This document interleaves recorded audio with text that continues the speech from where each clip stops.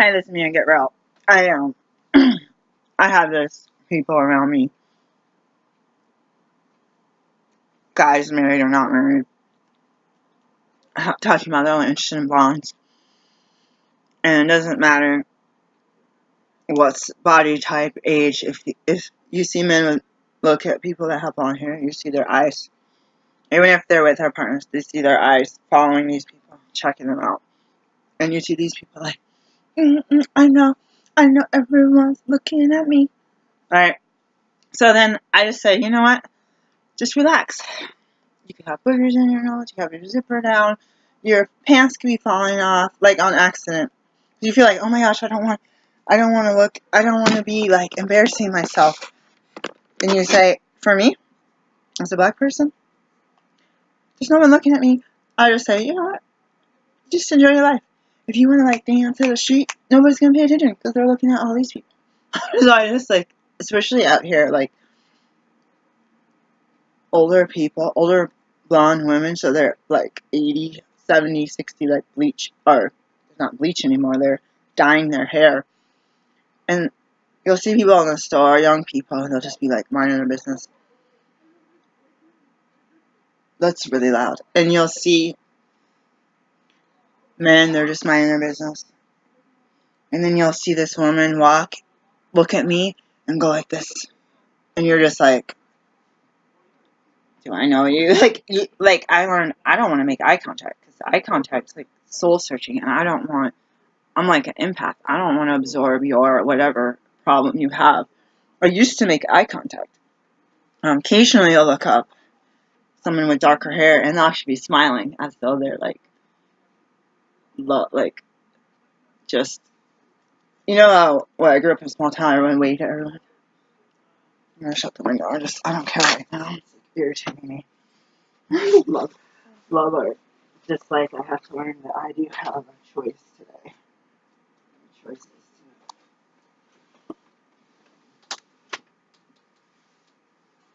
This guy has a magnetic license plate. This is when some lollies get me out of the Beamer. Everyone around here is like a freaking Beamer. I can't even buy my kids a freaking used moped from 1962 for Pete's sakes. Not that I want them on a moped. Everyone in their Subarus, their minivans, and freaking BMWs and Mercedes around this. I live in welfare housing. I make so little money, I was going to shut my car off, but I can't afford a bus pass. Like, that's probably one of the reasons. And I want to do birth work again. That's probably one of the reasons that I didn't shut the car off, but just park it, cover it, and start the engine once a month. I'm looking at the time. I have to go get my water, and I've been keeping an eye on the Harvey storm, hurricane and tropical storm, and I've been looking at, sorry, I'm trying not to covet, I think my kids would have an easier time if they had a car, they learn to drive, even if they didn't drive all the time.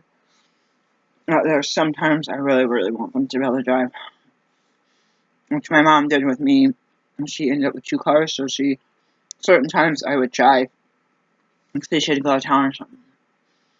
I have sports, there's nobody that lived near me, there's no way I could get home, no public transport, all that stuff. So I've been praying for the people, and I've been looking at the comments.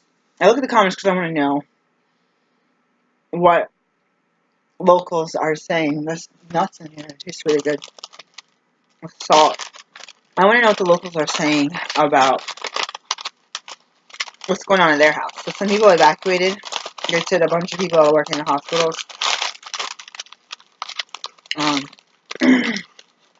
Houses are flooded. Mandatory evacuation. They're at the hospital. We had a snowstorm in Portland. And people are stuck at the hospital. And cars were stuck. They couldn't drive because they had no traction. Like, they literally couldn't. Try to drive out parking garage, get stuck, turn around, go back right back in. They waved because everyone's like that, trying to get out. hills. It's hilly here. They couldn't get up hills. So they just parked their car on the shoulder. And you had a couple of days to city said so they would tow you or ticket you. And then they shut down the pay for parking downtown because everyone had abandoned their cars and parking garages. I don't know about those, but I went to the hospital to volunteer. My supervisor,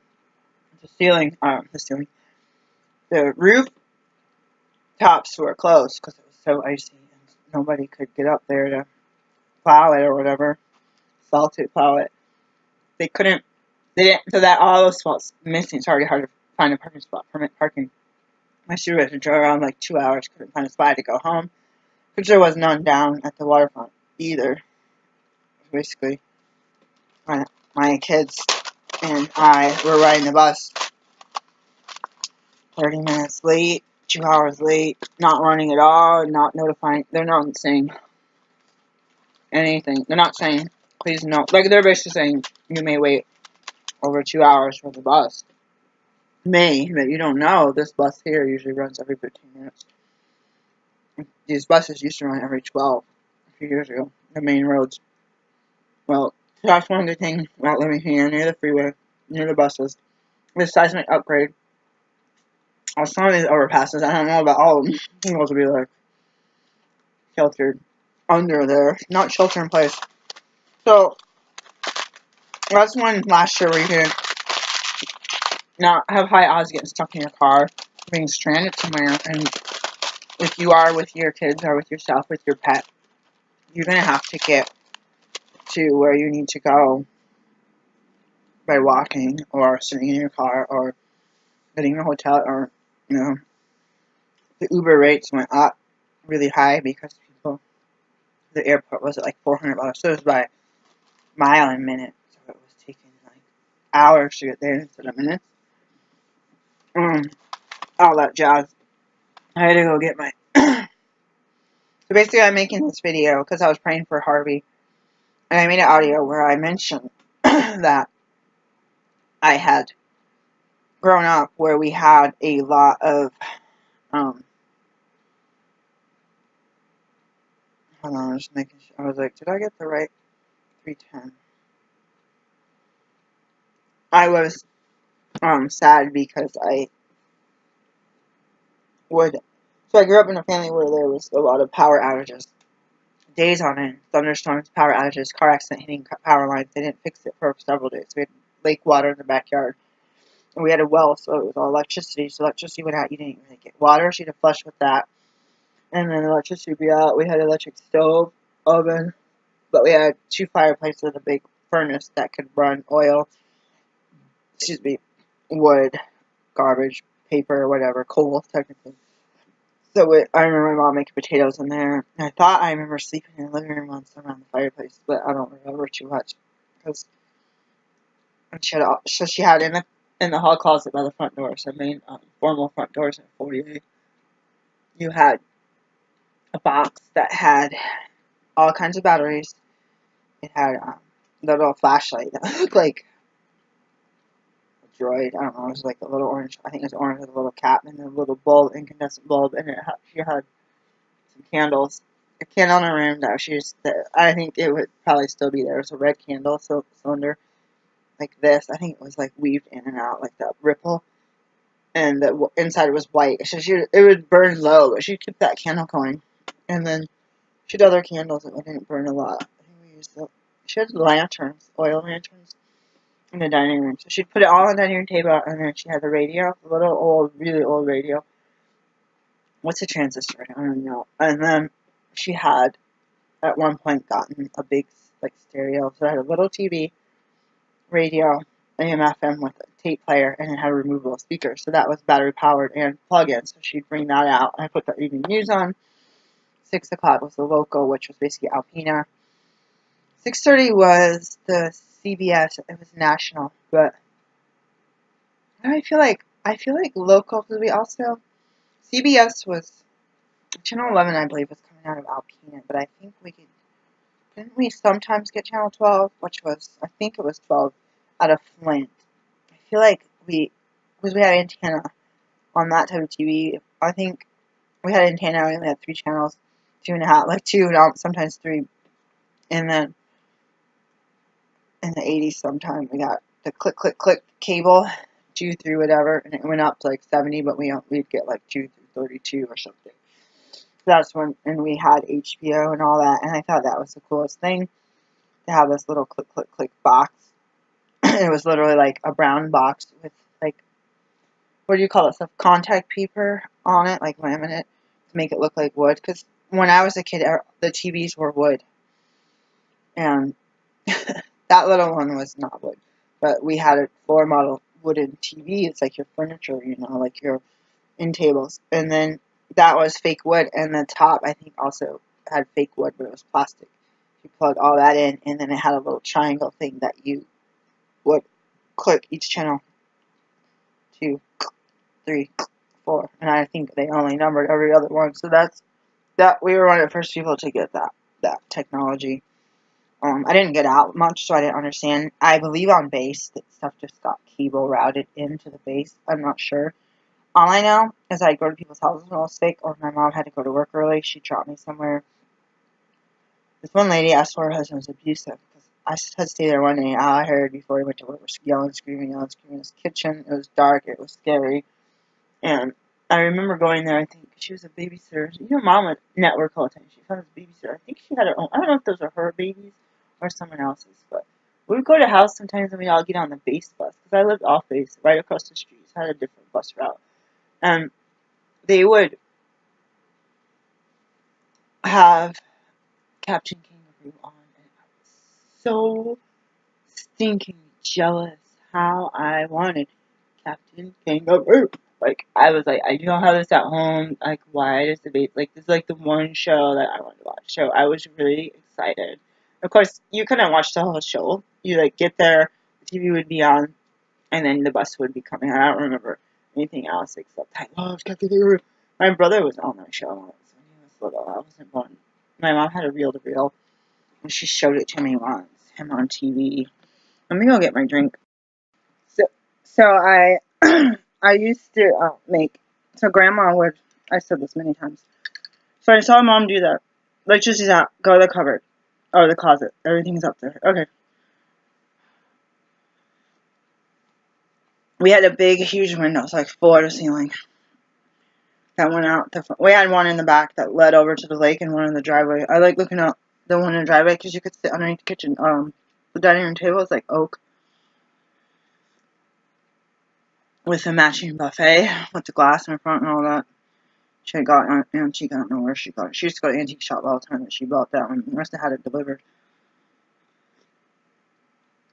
And I would sit under there.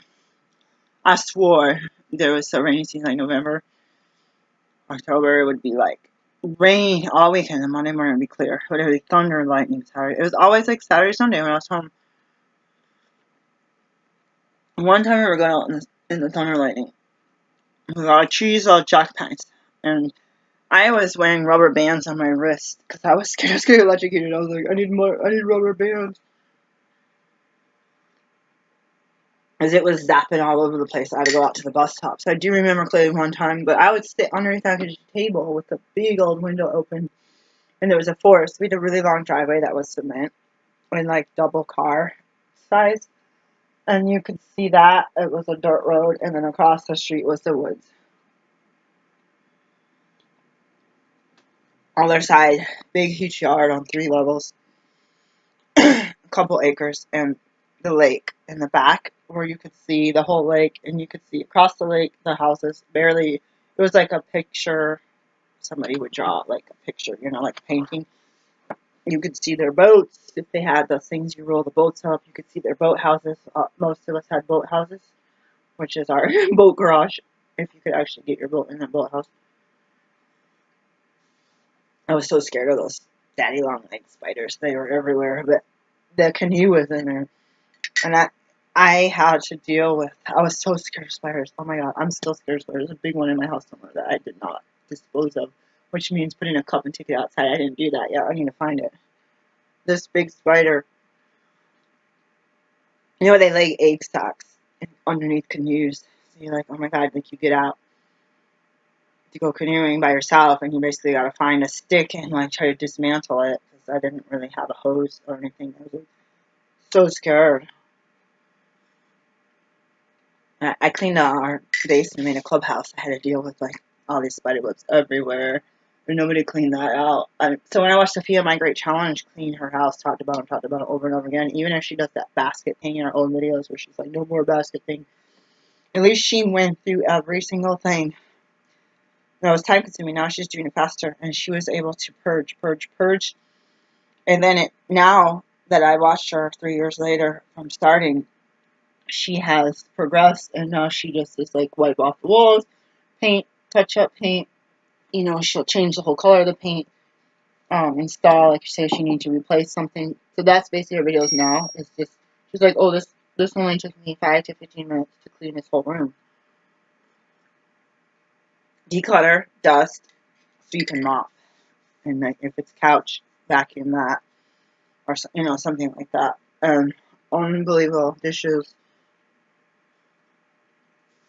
And then she would have some deep cleaning ones, but then you do the Fly Lady style, so deep cleaning, because you're kind of doing that routine every time. So her first month, she did a really extreme cleaning for the Fly Lady. She did just methodical, like. But then, like, as it's like 3 months now, I see this lady and I'm like so jealous. But I know she gets these days off where she's like, makes this plan, goes through it, checks stuff off, gets it done. And I know she still has to do a little work from home. I know she still has to take the kids to karate. I know band. I know she has her husband coming home. She's doing dinner, grocery shopping. Which I think is one of the big reasons I like watching her. I was doing Fly Lazy, getting emails and going to her website frequently.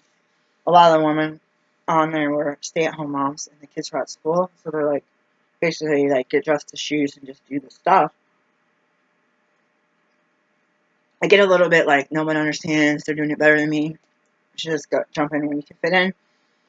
But I did do a lot of decluttering and cleaning in the routines and the baby steps when I first started doing that, when we first moved in here. But then my life got extremely out of control, busy, and she would have like emails that would say, do this, like challenge, do this, so you just feel like you're not alone. There's a bunch of people around the world doing this.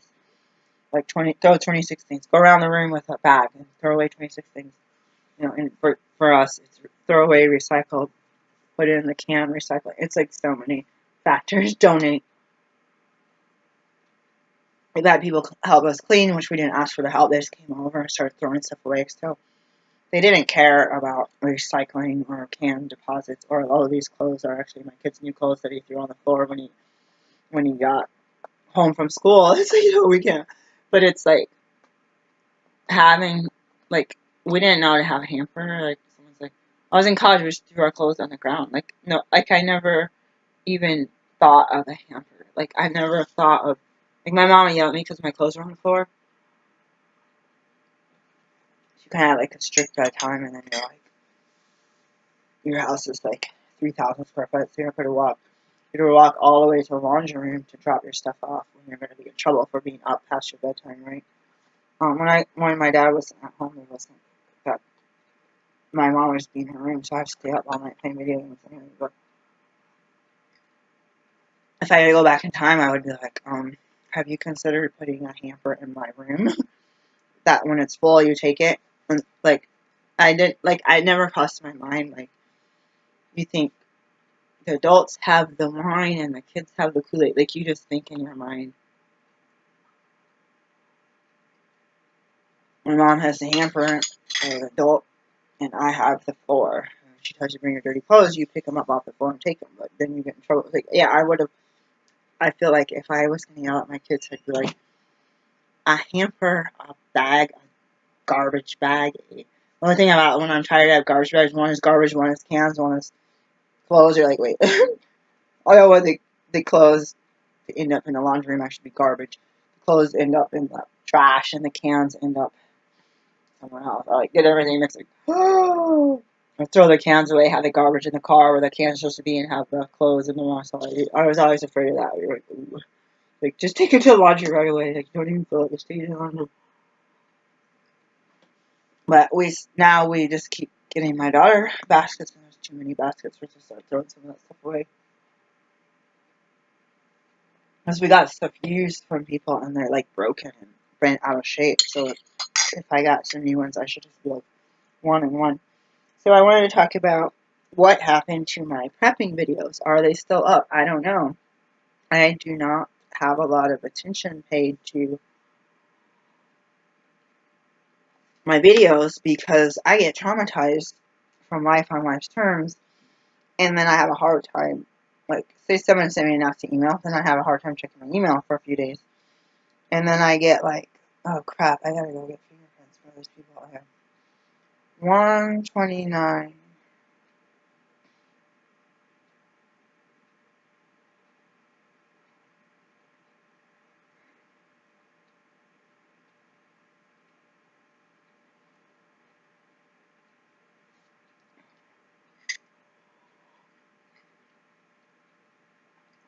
So this is on the same lines as I'm trying to do that child adoption, child and foster care license, child care center.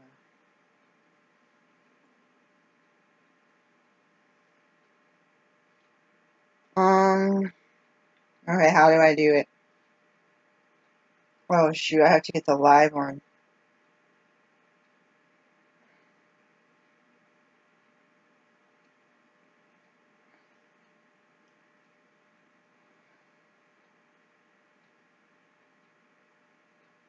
Do not send back the entire letter with the fingerprint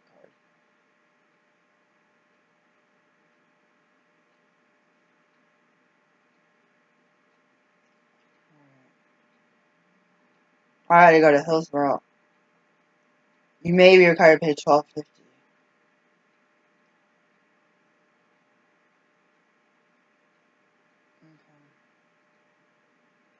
Schedule online.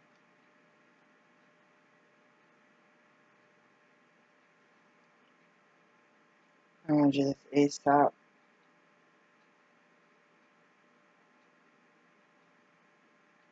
Shoot. Alright.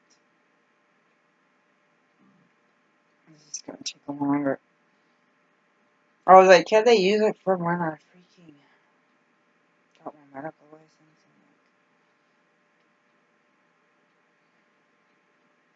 I'm just going to go first thing tomorrow morning.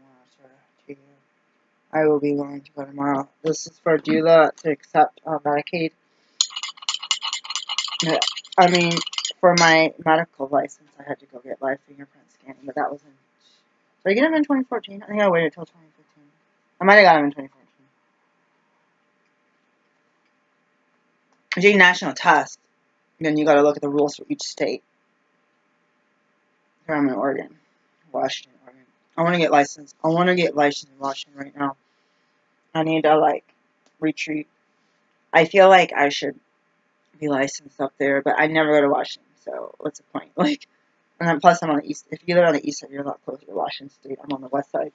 I want to travel and do medical clinic in a different town. Like I feel like right now, like say Wednesday afternoon, or one day when my kid doesn't need a ride, I go an hour south and sit in a clinic outside of the city limits and get some away from all this Wi-Fi. There's Wi-Fi everywhere. There's like so much condensed population. Everyone's got these devices. I had my cell phone by my head the other day, and I fell asleep with it like on my pillow, and I felt this, and I was like, oh my god. And I felt it in my head and another spot on my body, and I moved it immediately, and it's only like a foot away. And I was just like, ah. It's like somebody was like, what do you do, cattle prodder? I was like, oh. It was intense. I thought either I was going to electrocute. I don't know what was going on, if there was signals going to my phone. It was intense. And my phone is way too close to my head when I sleep. I don't like it. I had a bunch of prepping videos. So I'd watch DimCAD channel. He's from up in Flint, Michigan. I'm from 2 hours north of him where I grew up. She's from inner city, like more like Detroit. I'm from northern Michigan, more like what? Northern Michigan, more like Montana, more like middle of nowhere, Nebraska or Iowa or something. But flat and lakes, Missouri, not Missouri, Western land. They call it land anyway. Lakes is that Wisconsin. I had a bunch of videos because I learned from my mom that when a storm comes, it wasn't that you're not gonna just leave the house and be like, oh my god, I have to pay batteries. So in the olden days, I grew up in a small town. There's a small Air Force base there. You had a BX. I don't know when they closed. 9 o'clock, 8 o'clock. I don't know. The BX was pretty much for us the only place to buy stuff. In the commissary, we bought most of our food. And it was taxed in Michigan. I think it was tax free as well.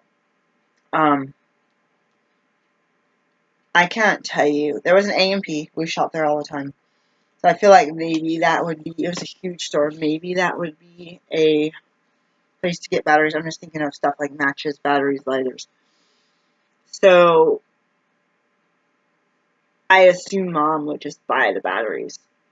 I was a battery freak. I had so many little electronic toys from Radio Shack. Mine and my brother's old ones. Oh my god. Some of those, a little baseball. I swear, if you guys have that, it was like, I think it was like green and a tan color. I think it had 4 buttons on it, like in a diamond shape. I don't know if it had 4 buttons. I had that in basketball. Oh my gosh, my brother's. The basketball was white plastic. And you had, all it was little red dots. But I don't know how you knew what was going on.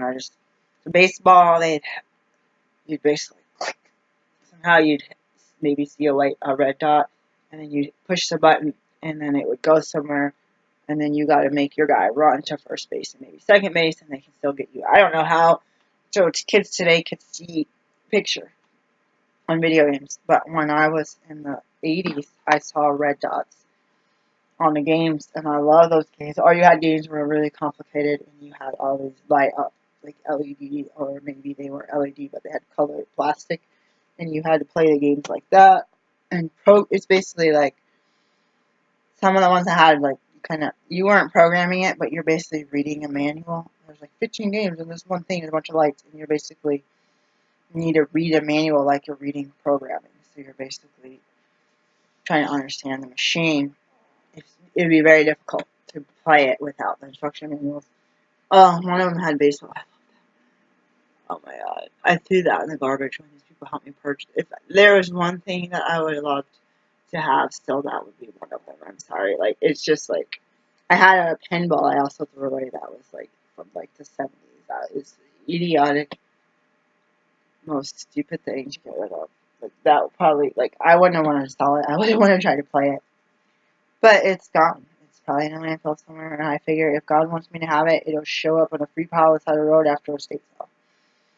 And I probably may just walk right by it, right? Because I'm trying to make minimalize to have. We found out we had pinball that we bought used somewhere. We didn't even know we had it until like last month, maybe this month. I don't buy stuff anymore. My kids were really busy, so we would go to the Dollar Tree till they got tired of that to get prizes and like homeschool, like add to their school. They have a homeschool little reading, writing, numbers, mathematics, and then we would have prizes, little games and toys for when they got their charts done, their chore charts. And I'd buy one for myself. Like, well, I might as well get rewarded because I apparently need to learn how to do chores as well. And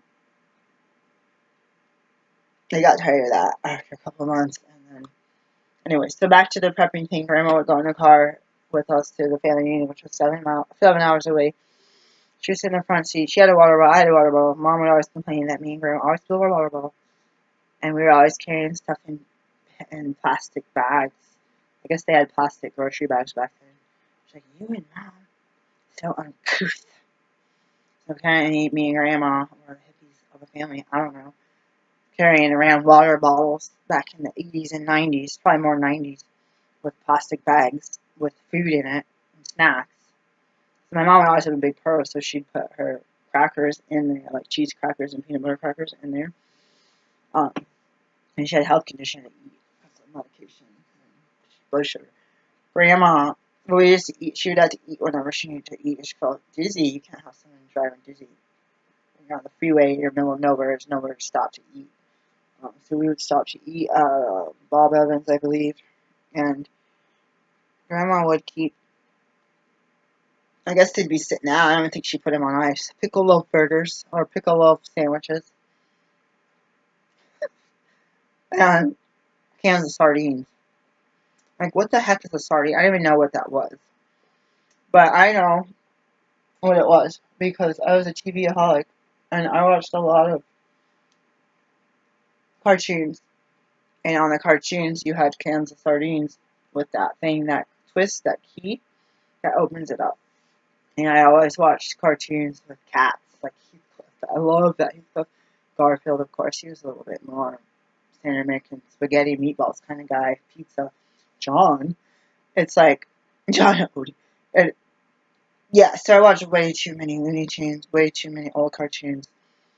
So I could not, again, those were written by adults, so you find out stuff about the world and humans and civilization and a bunch of craziness.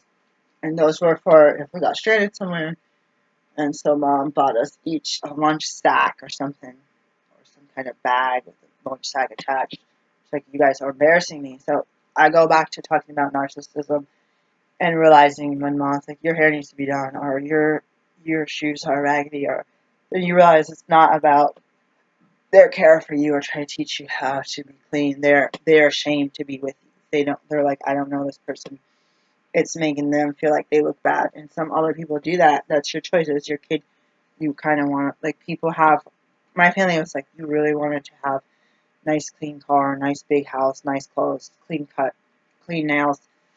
Like if you're getting up and you need to rush to get gas, oh shoot, I'm going somewhere on it's Sunday night, like in my town, like Sunday maybe everything's closed. Saturday night I got to go somewhere Monday morning.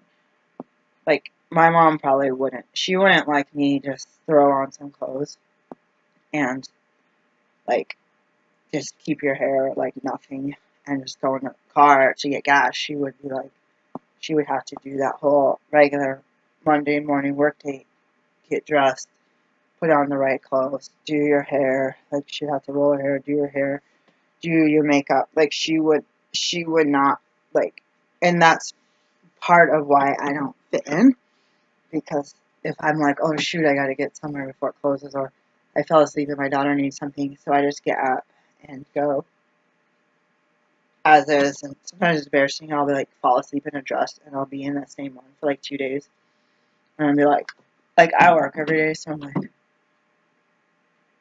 I'm so tired. I might even take a shower, just put the same thing on, like, oh, I haven't done laundry, I feel sick, my kids need something, my animals need something. So I get this, like, huge, God, this is going to drive me. I wish I didn't need to get fingerprints. Ugh. I'm seriously considering going tomorrow. If not, I'll go Tuesday. I thought my son had to go to school Tuesday. But Friday the 1st, Saturday the 2nd, Sunday the 3rd. Did I say that right? No. Yeah. Monday the 4th. Yeah, okay. Let's see. No, Tuesday the 5th. Wednesday the 6th. No, I don't even know. Wednesday 6th. Yeah, I can't go Wednesday 7th.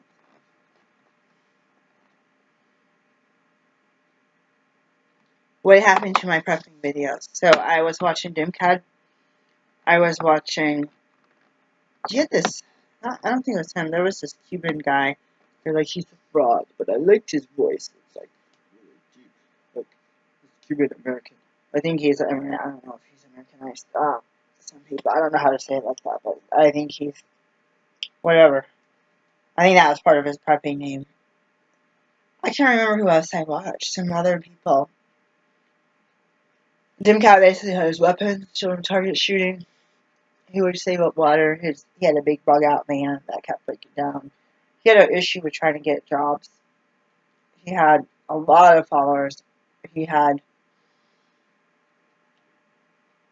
a pantry down in the basement with a bunch of canned goods. He was trying to get extra food. I don't know. I think he probably obviously had batteries, matches, stuff like that. I think he had a bit of stuff maybe in his van, like a box of emergency supplies.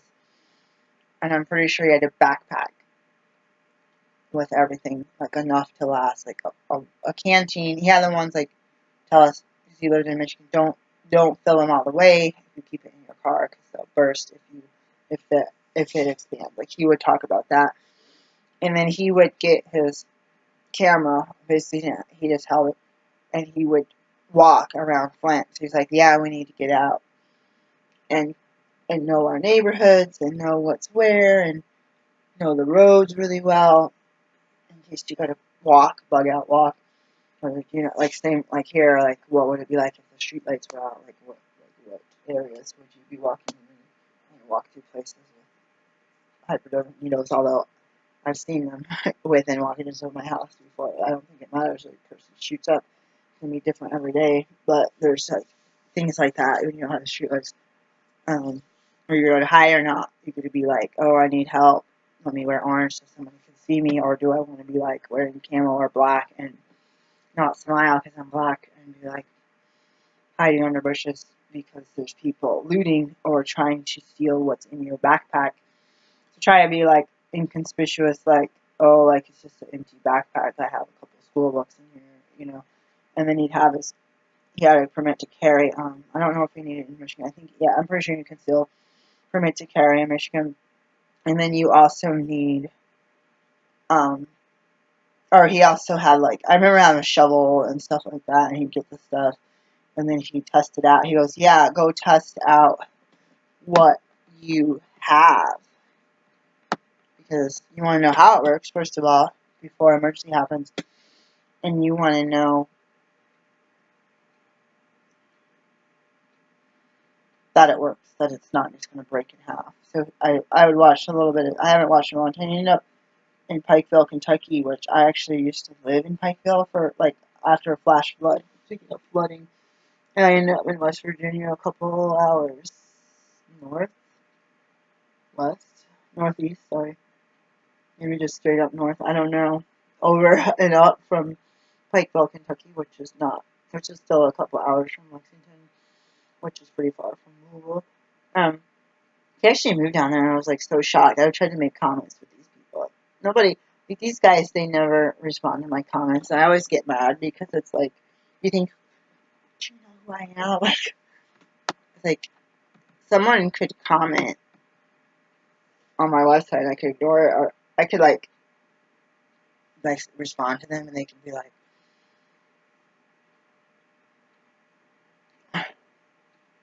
I could be like,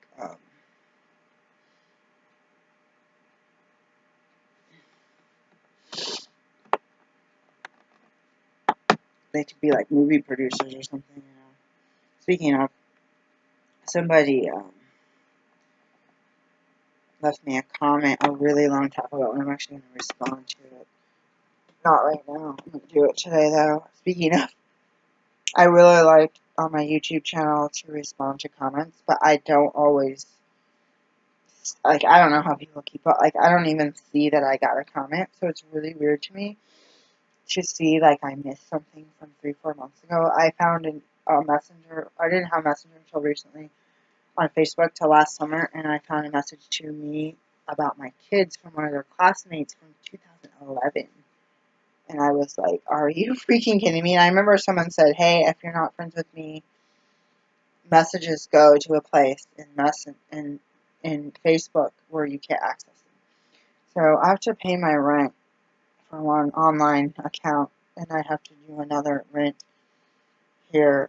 But I need to do it because I have a lot of work to do today, and I am so tired. Like, today's the day, like, I keep thinking someone else take over. I'm like, DJ!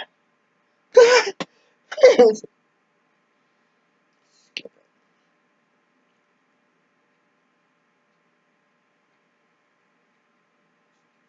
Did I lock myself out? I'm trying to make sure I don't lock myself out of this.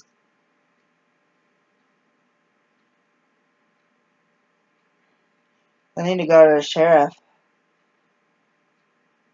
So it's not letting me do this. What the heck? I might have locked myself out.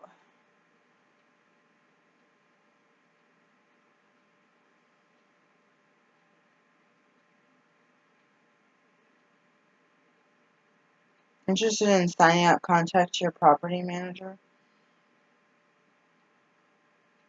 I think I locked myself out. I might have to take this in person. I'm going to have to drive it up there. Let me see if I can. So send me a reminder. I clicked the link. I already tried like 3 times with the wrong password. I hope I didn't cancel my... You know how you do sometimes they lock you out and you actually have to talk to a person to get it reset. I'm like super paranoid about that.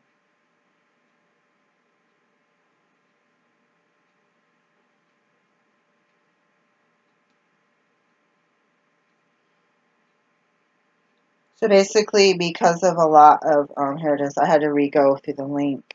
That was weird. Pay now with eCheck. So they charge you $15 if you do credit card or whatever. And I usually don't save my account.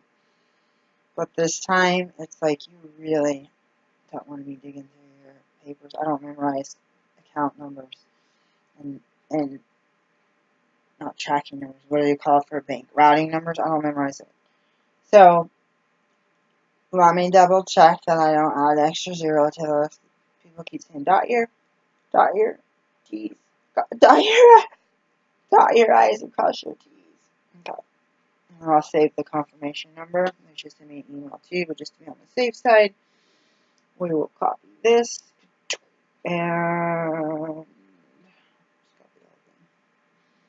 I probably didn't need to copy the whole one. So I was talking about. So the problem was stuff happens. The problem was a lot of people during times where I was immobile, where I was very sick. People that said, call me if you need help. I understand when you call someone, they might not be available. They might not be in the country. Their phone might get disconnected. So I understand that. I have a lot of empathy with giving people second, third, fourth, fifth chances. But I felt like if they are in a time in their life where they can't offer help and they offer help, I feel like they're straight up lying. Because then you have like this mental list.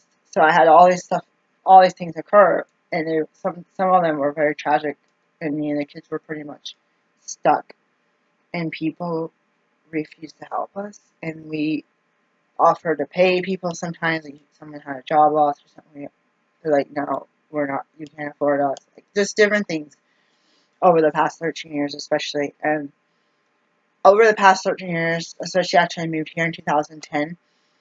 I saw my student loans, and I was in a financial group that we started. It was called Heroes Group for one of our business classes. It wasn't part of the assignment, but they highly suggest we start this Heroes Group.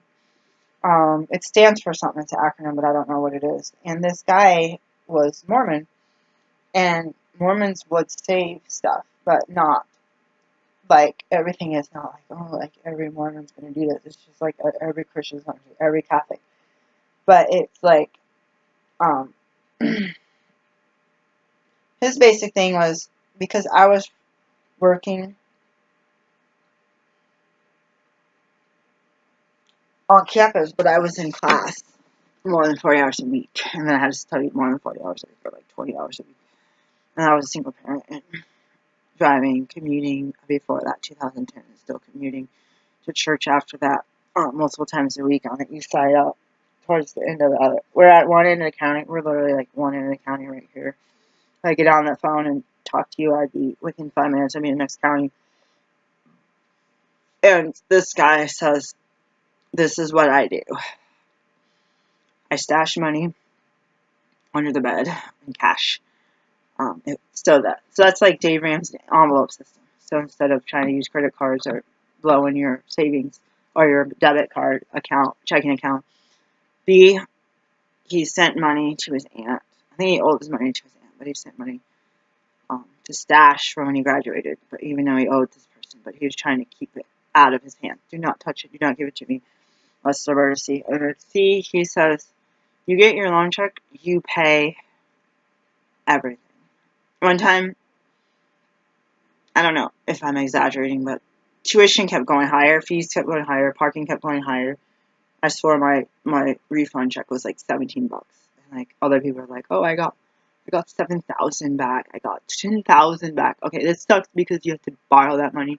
And obviously by now right now have pretty decent jobs. I'm like, dude, you're at least paying yours back. And so he says, pay. I couldn't pay my rent because I live in subsidized house. You're not allowed to pay in advance. But he'd say, pay your bills 3 months in advance. So I'd pay electric 3 months in advance. I'd pay heat, gas 3 months in advance. I'd buy a Winco gift card. Only like $50, $20, something. I'd get toilet paper, shampoo, batteries, get the crafts for the kids, get a game for my son. That's pretty pointless because he can finish it in a day. But if they need socks, shoes, underwear. So basically, I didn't really, after you pay your bills, you don't have money to buy toys. Before, we would buy toys like that. But if they really need underwear, you have to get underwear, no toys, no crafts. By that time, we probably had too many toys anyway, and videos and all this stuff. Because basically, normal kids are out playing, and they're at grandma's house, and they're doing all these activities. But in med school, mom is like, okay, I'm sitting here trying to cook, stay awake, pinching myself to stay awake, and study. So that was the, I gotta find some water. I think my water's downstairs. So that was another, like, preparing, because if you think, like, you don't want to borrow extra. Basically, say the rent is $1,000 and you're to get $4,000 back. You basically pay $250 for your electricity,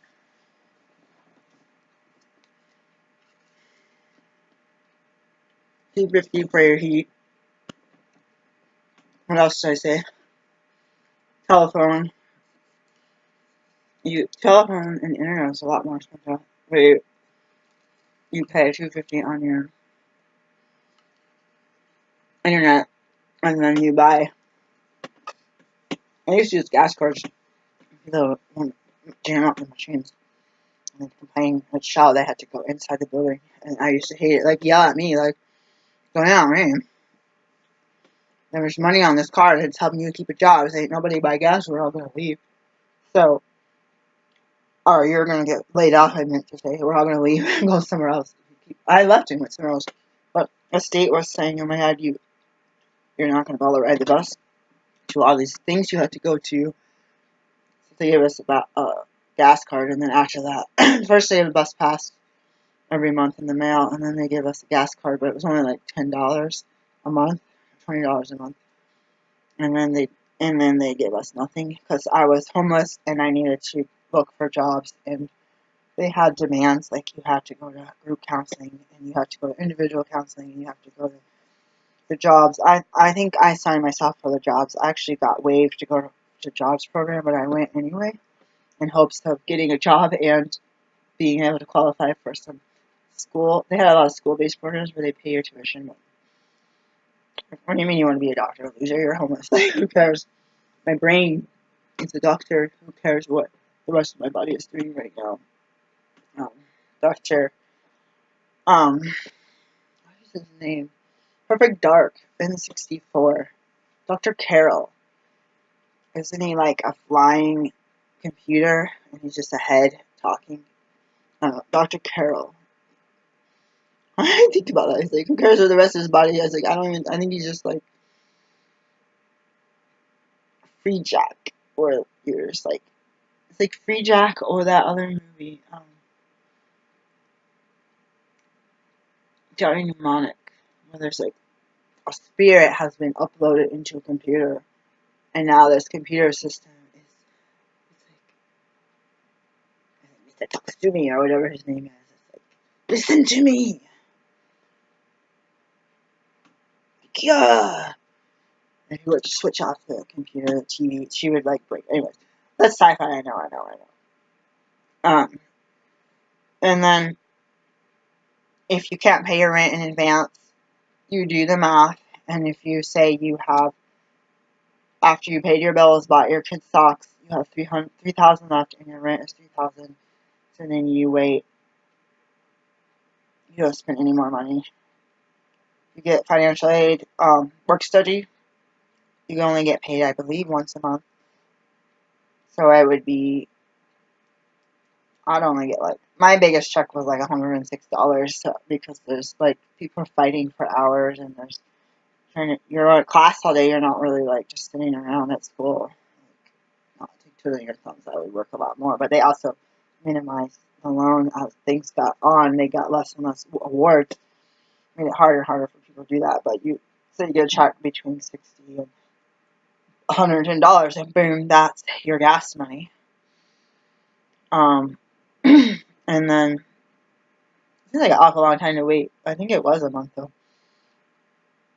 And then I was like, yeah, it doesn't seem that bad because you're only working like one shift a week, so then you're only inputting 4 things, and then you'd use that for gas, and you'd use any stash money in a shoebox for gas and food. So you're doing basically kind of envelope system where you're not just saying, oh man, I need $2,000 for rent, but I just spent a bunch on my debit card to buy fast food. Now you only have $2,500, so you're $500 short. So yeah, I learned something just from his idea, just from what he did to keep things up. Now the hardest thing, the first term was the most fun because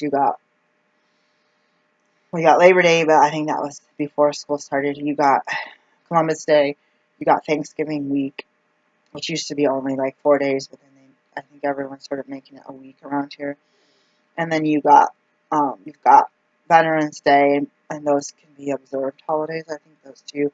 And then you've got Christmas break, and then you've got school, then you've got Martin Luther King Day. And so your money comes in January. That was the hardest thing. So the first term you got more holidays, and what sucks in school, you can't just, like, they would try to add in a day before exams as a makeup day. But what's hard about having a holiday is, like, you're not just like, oh, I'm off on my holiday. Like, when you're at work, you're just like, now I have to make it up a different day in the term. So now you have to come in. But it's kind of nice, I think, for me. I think it's nice to rest, which that's one thing I can't tell you I know how to do. I thought for me, being a single parent, it was nice to get up, get dressed, get in the car, get some fresh air, and go to school and come back. Because then it's kind of relaxed. You know you have like 1 or 2 classes that week. You still have exams, but it also gives you a chance to go study in the library because you're already up and about. Especially if you have a parking pass. And you can go get your kids from daycare or whatever, like compared to like the bus and everything, where it takes a lot longer. And then if you could print something from there or there's resources in the library you're not allowed to check out until after a certain time, like 5 o'clock, like certain things that have to be back the next day. So you could utilize those books, go to the bookstore, maybe check out stuff for the next term. So there's some pros to going out. I am not the best at telling you what I do during breaks because I don't get breaks. I was thinking this in the car today. I don't rest. And one day I was so worn out.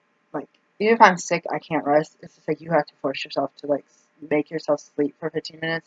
My neighborhood gets pretty loud, so that would be a miracle of sleep for 15 minutes to an hour. And then, because I'm a single parent and I'm running a business, there's nobody else to call or text that can you take over for me today. So there's a mental thing saying you're not allowed to take a break. If you're sick with diarrhea, the flu, Ebola, like hopefully not, knock on wood, and you get an inspection notice on your door, they don't care.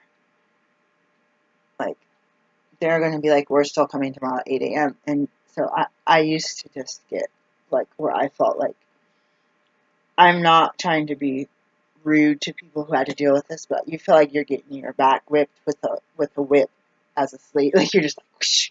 You're not doing what I say, you're in trouble and you're going to be in pain. Like, you just feel like you're being beaten down mentally, emotionally, and then physically, because your body, like when you have flu type symptoms, even common cold, your throat hurts, your muscles ache, you have virus going through your body.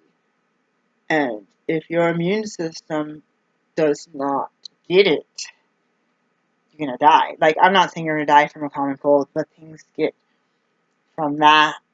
You push yourself, your immune system's low, you're on medication, steroids, that makes it something else gets into your house. So someone comes and has chickenpox around you, you have more stuff, your immune system's trying to fight it, you run out of energy, you're not sleeping, you're not eating, you have no water, lemon aid or whatever you want. And then people get pneumonia, and then people get bronchitis, people get pneumonia, people get bone infections.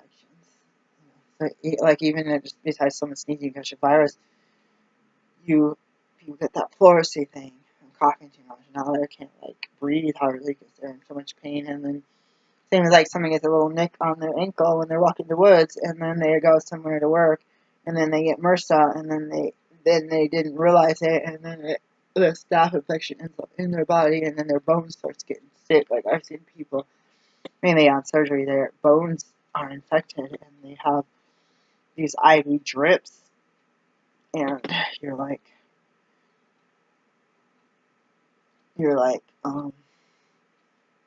they're like, yeah, we can't just give you oral meds, or this is not going to be a touch. It's just intense. So yeah, there's so much, and I ask people for help, and because I notice people saying no, I ask less and less. I said I'm gonna save up and ask them when it's something big, so I don't wear out my welcome. And basically, people wouldn't talk to me.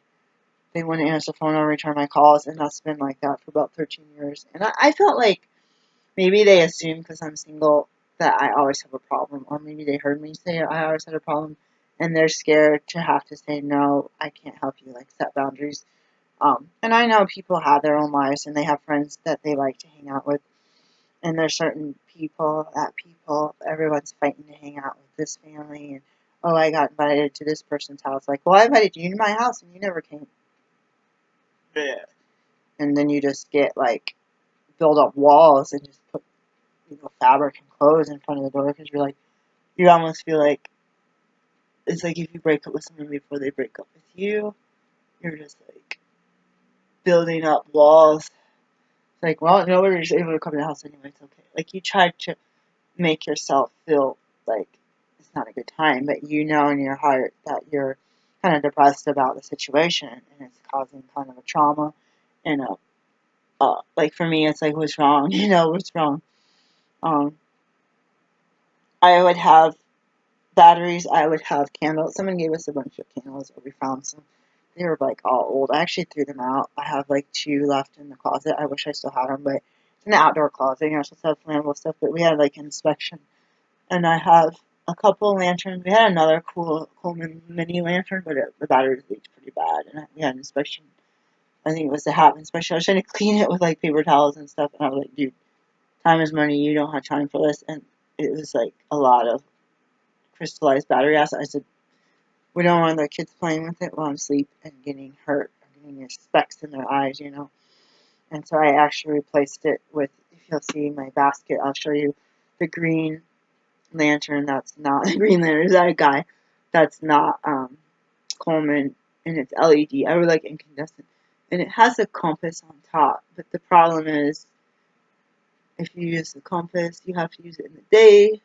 If you're walking and camping at night, you're going to have a second flashlight to see the compass because it's on top. So they probably should have dangled it from the side so that you can actually see it. You can't. The light is out here, and there's a cover, and then there's a green cover.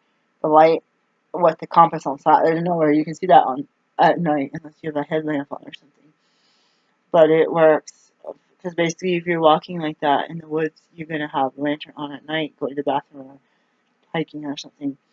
So then the next thing is, I have a grill somewhere. We had a charcoal grill. We got camping because we were going camping. We thought we'd have a fire pit, and all the places were full. So we ended up at Hood River, Cascade Locks. Or we ended up in Cascade Locks, sorry. And there was only 4 or 5 campgrounds, and it was right next to train tracks. It was freaky. You saw in the news there was a train wreck. It fell off the tracks and spilled oil everywhere, and they evacuated that area. We camped maybe from here to the house across the street was that close.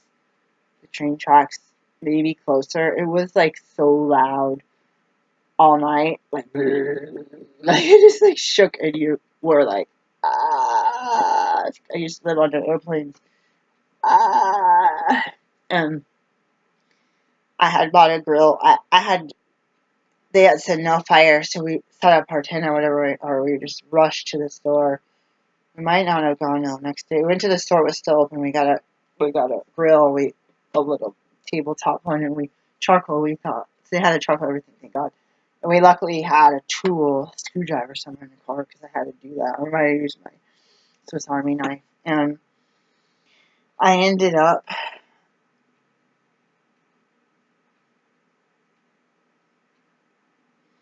I feel like taking the thing off my keys and my kid's picture. I don't know why. I'm like, keep thinking I'm gonna lose it. I'm gonna take it. I always show this picture to my kids, or to my friends. I'm gonna take it off my keychain and put something else in my wallet or whatever. Girls have been gone an awful long time. What's up? My girls went to college today. Oh my gosh. Like, girls. I traded out the girl next door. And there's a boy that's like my son, so I'm helping out with him as well. I am. I have so much to do right now. So I have. Was it a Dick's? I don't shop there. I don't have money to buy stuff, but I bought maybe Fred Meyer. Somewhere I think it was Fred Meyer. I got discount like on sale. Coleman, those green things, propane, and a grill. No, like it's not a name brand that I can remember offhand. I never put it together downstairs. I keep telling the kids if the electricity goes out or something happens, get that. So we went camping where they have paintball. Where the heck is it? Camp Dakota out in near Silverton or near Woodburn. It's like an hour or so from Woodburn on the way to Salem, south on I-5. And you can use the campground, but we stayed in Europe last time, or the campfire pit, and it was really cold because it was spring break. It was like freezing. I was scared we were going to get iced in. I had like 3, 4, 5 pairs of pants on, and I had to use the bathroom a lot, and I couldn't believe how cold it was. And we had it in the yard. I bought wood for wood stove, and the guy, I came the next day. I was like, I need more wood. This wood won't burn. He's like, all right, I'll deliver some. And he took his golf cart with the trailer, and he came to deliver the wood or whatever or something. He goes, oh my God, my guy sold you green wood. No wonder you couldn't get it to work. And I was like, oh. I was like, I'm used to campfires because as Girl Scouts, we did campfire. We didn't use like propane. I don't understand. In Oregon, like when I came from, it was really rugged. I never heard of a pad to put underneath my sleeping bag. It's like you try to fight to figure out where your tent's going to go when you're in Girl Scouts to see who's going to be on the rocks, who's going to be on the roots. Pretty much everyone's on the roots. You just have to deal with it. I don't even know if we had pillows. So we had to throw these you know how there's like negative 60 degree like sleeping bags, but we just threw the sleeping bag. I'm somebody it's cold. And in the tent we had in Girl Scouts, we had the tents where the bottom was a tarp and the top was like this and like this, and there was no connection. Like now you got like nylon or whatever, and it like zips shut, and like mosquitoes and spiders and mice can't get in there. I mean, unless they chew their way in. When I was a kid, the bottom was completely separate from the top. It might have had strings. I don't remember even having strings to connect it. We knocked our tent over. We were so bad, me and Dawn. We knocked our tent over because we were trying to kill. We had bug spray, which you're probably not supposed to say. It's like probably watertight. You start spraying stuff. We had bug spray. We were trying to kill it with a shoe. This big old spider. We were screaming. Our tent got knocked down. We were so bad. We got kicked out of the troop. I mean, like this innocent angel. And we had to go into another tent that was already full of girls. And basically, because there's no bottom connected to the top, we had our, so this is a tent bottom, and these are the other girls. There was probably like 10 girls, 6 girls. We had our heads inside of their tent, and then we had the tent laying on our chest, and our legs were so so horrible. I hated myself. I held the teacher put. She hated me. I was scared of bleach. I have allergies to everything. And she took my hand, dunked it in bleach, and my hands were like burning. Um, we had to scrub the porta potties, and I wasn't allowed to clean bathrooms when I was a kid, like toilets. I wanted to. I loved that little brush, but she was having to scrub them. And I saw a spider in there. So I was already traumatized because she dunked my hand. I had mosquito bites all over it, and it burnt like crazy. So basically, you don't have to dunk your hand in bleach. I never touch bleach. Nowadays, the smell of it just makes me so sick. It's like people I know do the same thing. They get bloody noses. Like it's intense. It's an intense chemical. Some people are used to it. They love the smell of clean. And I saw a spider, I think, and I didn't use the bathroom, pee, or poop for like 3, 4 days. That is really bad for a child. I don't even think I went in the woods. Because I saw the spider and it scared me. I think I went to the outhouse by myself, and I didn't go for days. I held it. And sometimes I wonder why I had urination problems as a child. I wonder if that has anything to do with it, because I don't know if they started before or after that. I was so scared, and I would have wanted to go outside. And we went while we were waiting for our rides. I think some people dropped us off, and the leaders stayed.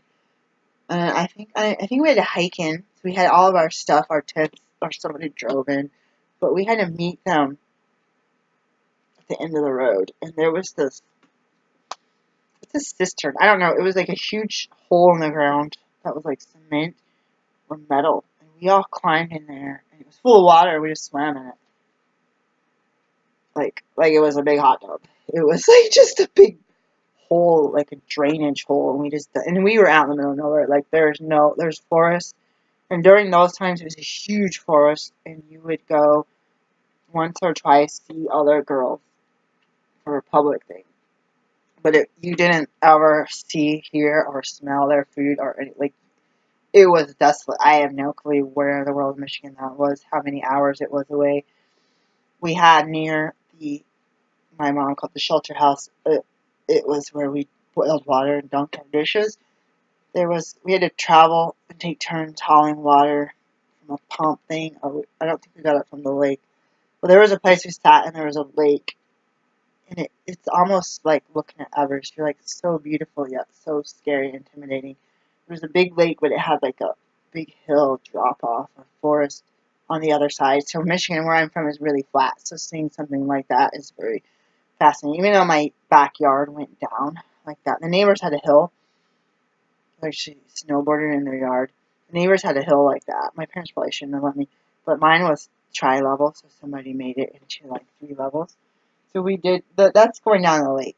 Going down the lake, going the river. We're used to a little thing, but not roads like in Oregon where it's icy and you're sliding down roads. So I learned to sleep in tents and have spiders all over the place. We would wake up and see tent moths have formed nests above our tents by the time we woke up in the morning. So those tent moths are things that destroy trees, and then they have those big fuzzy caterpillar moth wormies. We would make our fire. We had another place we slept inside. I might actually have a picture I posted on Facebook of my friend on a bunk bed. I think we knocked the bunk bed. Yeah, we got in trouble. We knocked the bunk bed over once. We were in so much in trouble. They went on a hike, and they say, "You two," we're the only black girls. "You two stay." We had a campfire going. She goes, "You two stay." Cheryl, Barry, and her mom was there, and we were laughing because she was making popcorn the whole time, like, and we stayed. Um,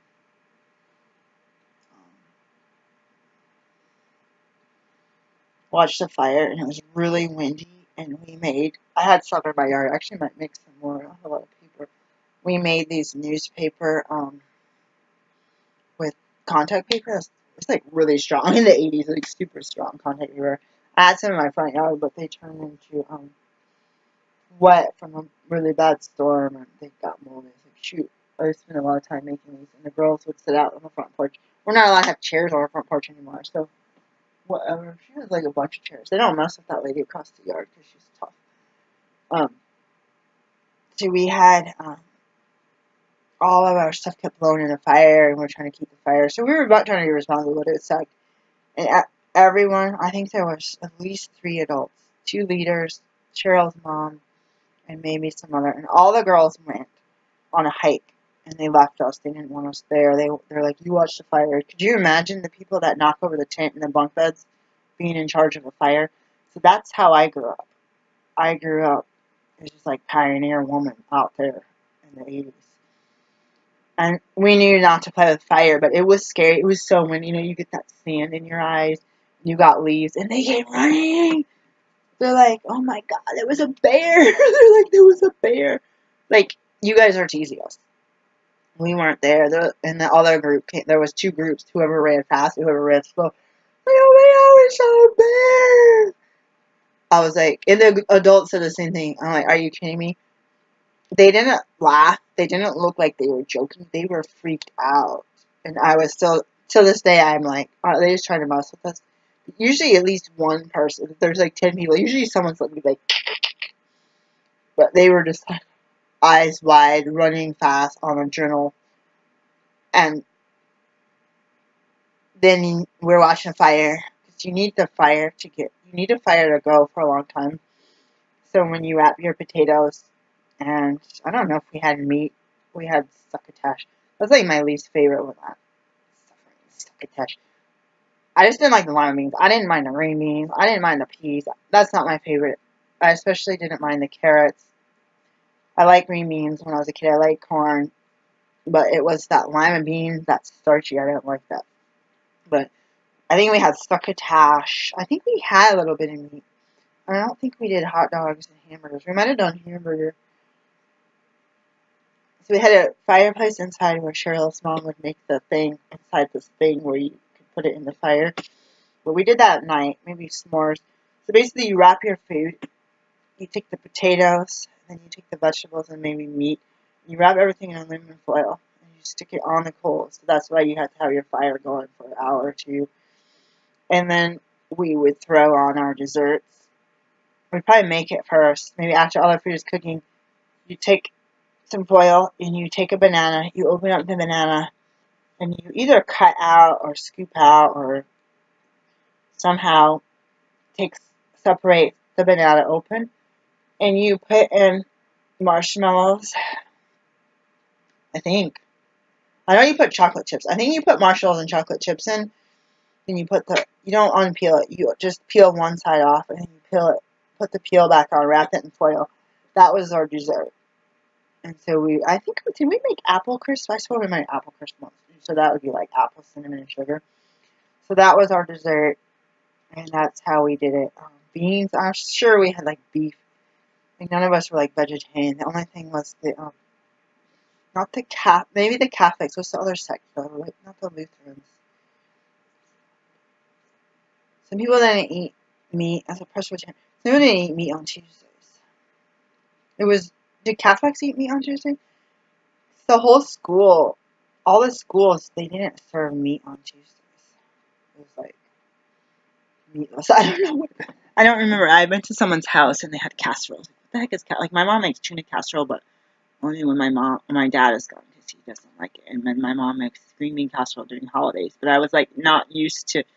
So I know people will take everything in the fridge, the vegetables and meat, the potatoes, and make it in, put some kind of topping on it, flavor it, put it in the oven with foil, put it in a crock pot, and then you have this tasty thing. Oh, I wish I could eat it now with cheese. Oh my God, breadcrumbs on top with margarine. That artificial butter taste. I love that. I was like, now you're talking, my mouth is watering. And then how would we bathe? I'm not sure we cared about bathing right then. Maybe we did. I just remember like the outhouses weren't like nowadays porta potties. They're actually holes in the ground, so you just like don't want anything in your pocket because if you drop it, it's pretty much dead. Like a hole in the ground, like a really deep one outhouse.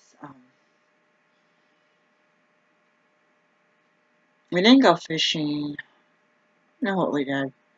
We had a lot of crafts and we had activities. I think we had some kind of. We learned food. That's what I learned. Not. I learned double dutch there. I think the girls we had to teach the other girls, but we only saw them like once or twice. So we didn't see them again. I think we only went for 3 nights, and the leaders would bring milk and stuff, and we'd be like, girls, you need to drink all the milk the first night because it's gonna go bad. So they would just keep filling our cups. Oh, it's too much. Yeah, like really, why even bring milk? But I'll show you later. My mess kit is actually my brother's. No, I don't have it anymore. Wait, is this my original mess kit? I'm gonna go get it. I will be back. I'll bring you the mess kit and the thing. So, what happened to my prepping videos? They may or may not be on there. I hate to say that I got more into it because of a lack of help. I hate to say that I heard people talk about how much they help their neighbors get groceries during winter storms and help them push their car out of the driveway and this and this and this, and they didn't have a shovel. So basically, when stuff happened where I was incapacitated, and it wasn't like a tragedy where everybody's stuck in the snow without electricity or this or that ice storm in the winter, nobody would help. So I got to I wasn't taught to care about myself, but I really didn't want my kids suffering. So I would get Mountain House foods and I would get freeze-dried stuff, and it's still in there because nobody's eating it. I've got brownies for them. I've got crackers and bread with peanut butter and stuff that's in the thing. I don't even know if they will ever eat it or if they'll need it. And if we were in a situation like this hurricane, I would grab it and, you know, bring it. That doesn't leave much for me with my diet, but I just bought the last 50 pack of raw nori sheets yesterday, and anything I bought this week is off budget. Anything I bought all month is off budget. My rent is off budget, but I'm not ready to live outside. There's a guy down the street I'd like to find out more about. But yeah, I just bought a couple here and there. And I went back to what I was telling you about the Red Cross.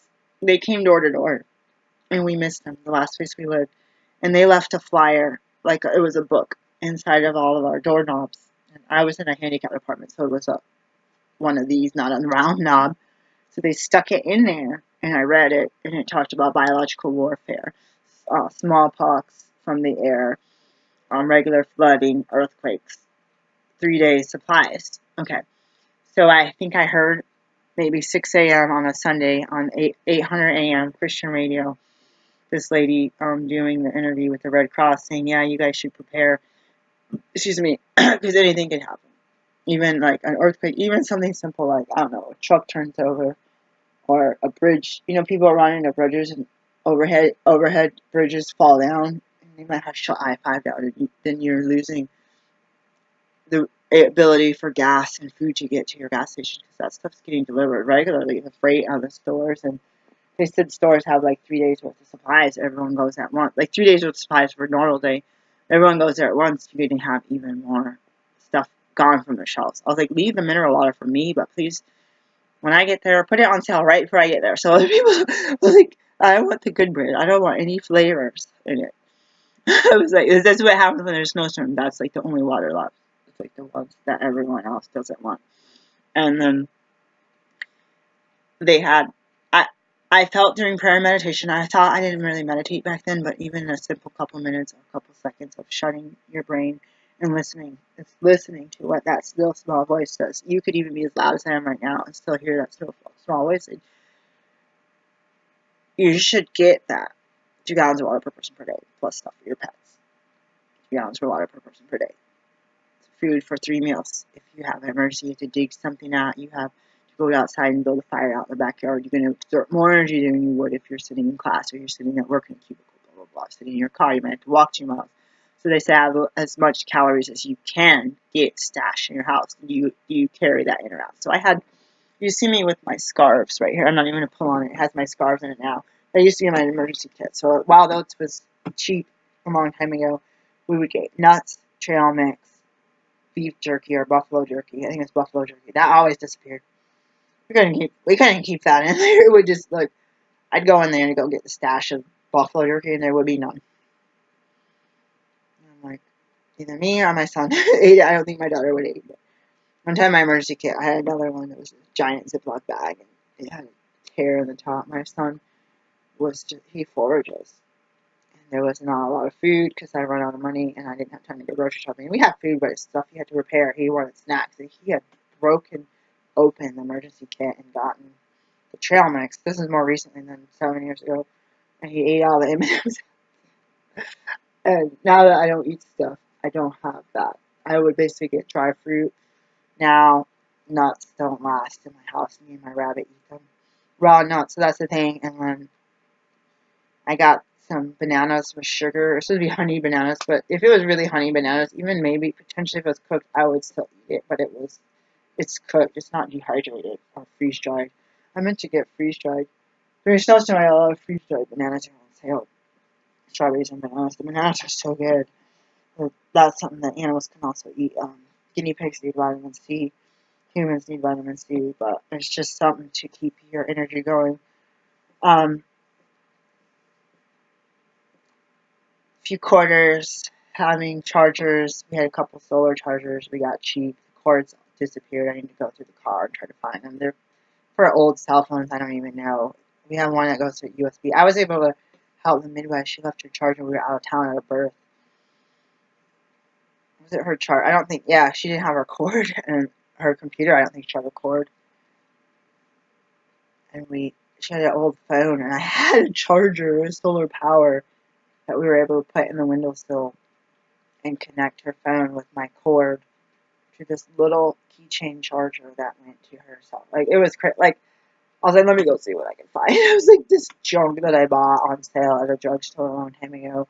So some of that extra money, you see something like that for $3 that's in clearance, I would buy it for that reason. And I've used that charger, lost going to somebody's house. Again, I didn't charge my phone that night. Usually I try to.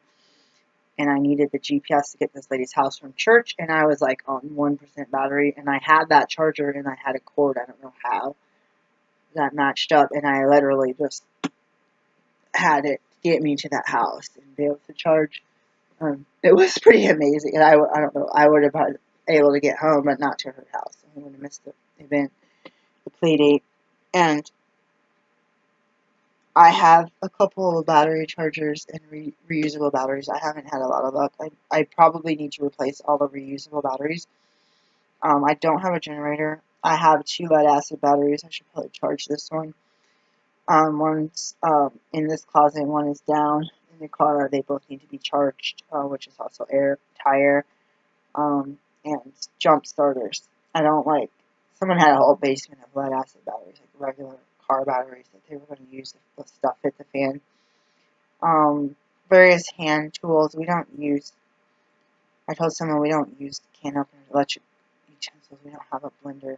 She goes, wow, you sound like you have some... Or not a blender, but a mixer. Like, you sound like you're some kind of cult or something. Like, you only use hand tools. I was like, I'm really old-fashioned. Plus, I am always concerned about being fat. I manually turn it, and if I use a can opener, which I never owned an electric can opener in my life, I would have to pay electricity for that. So time is money, though, too. You could be letting that thing, the big magnet on top, working while you're over in the other part chopping carrots. So time is money. But yeah, here I have some manual ones. Those get dull.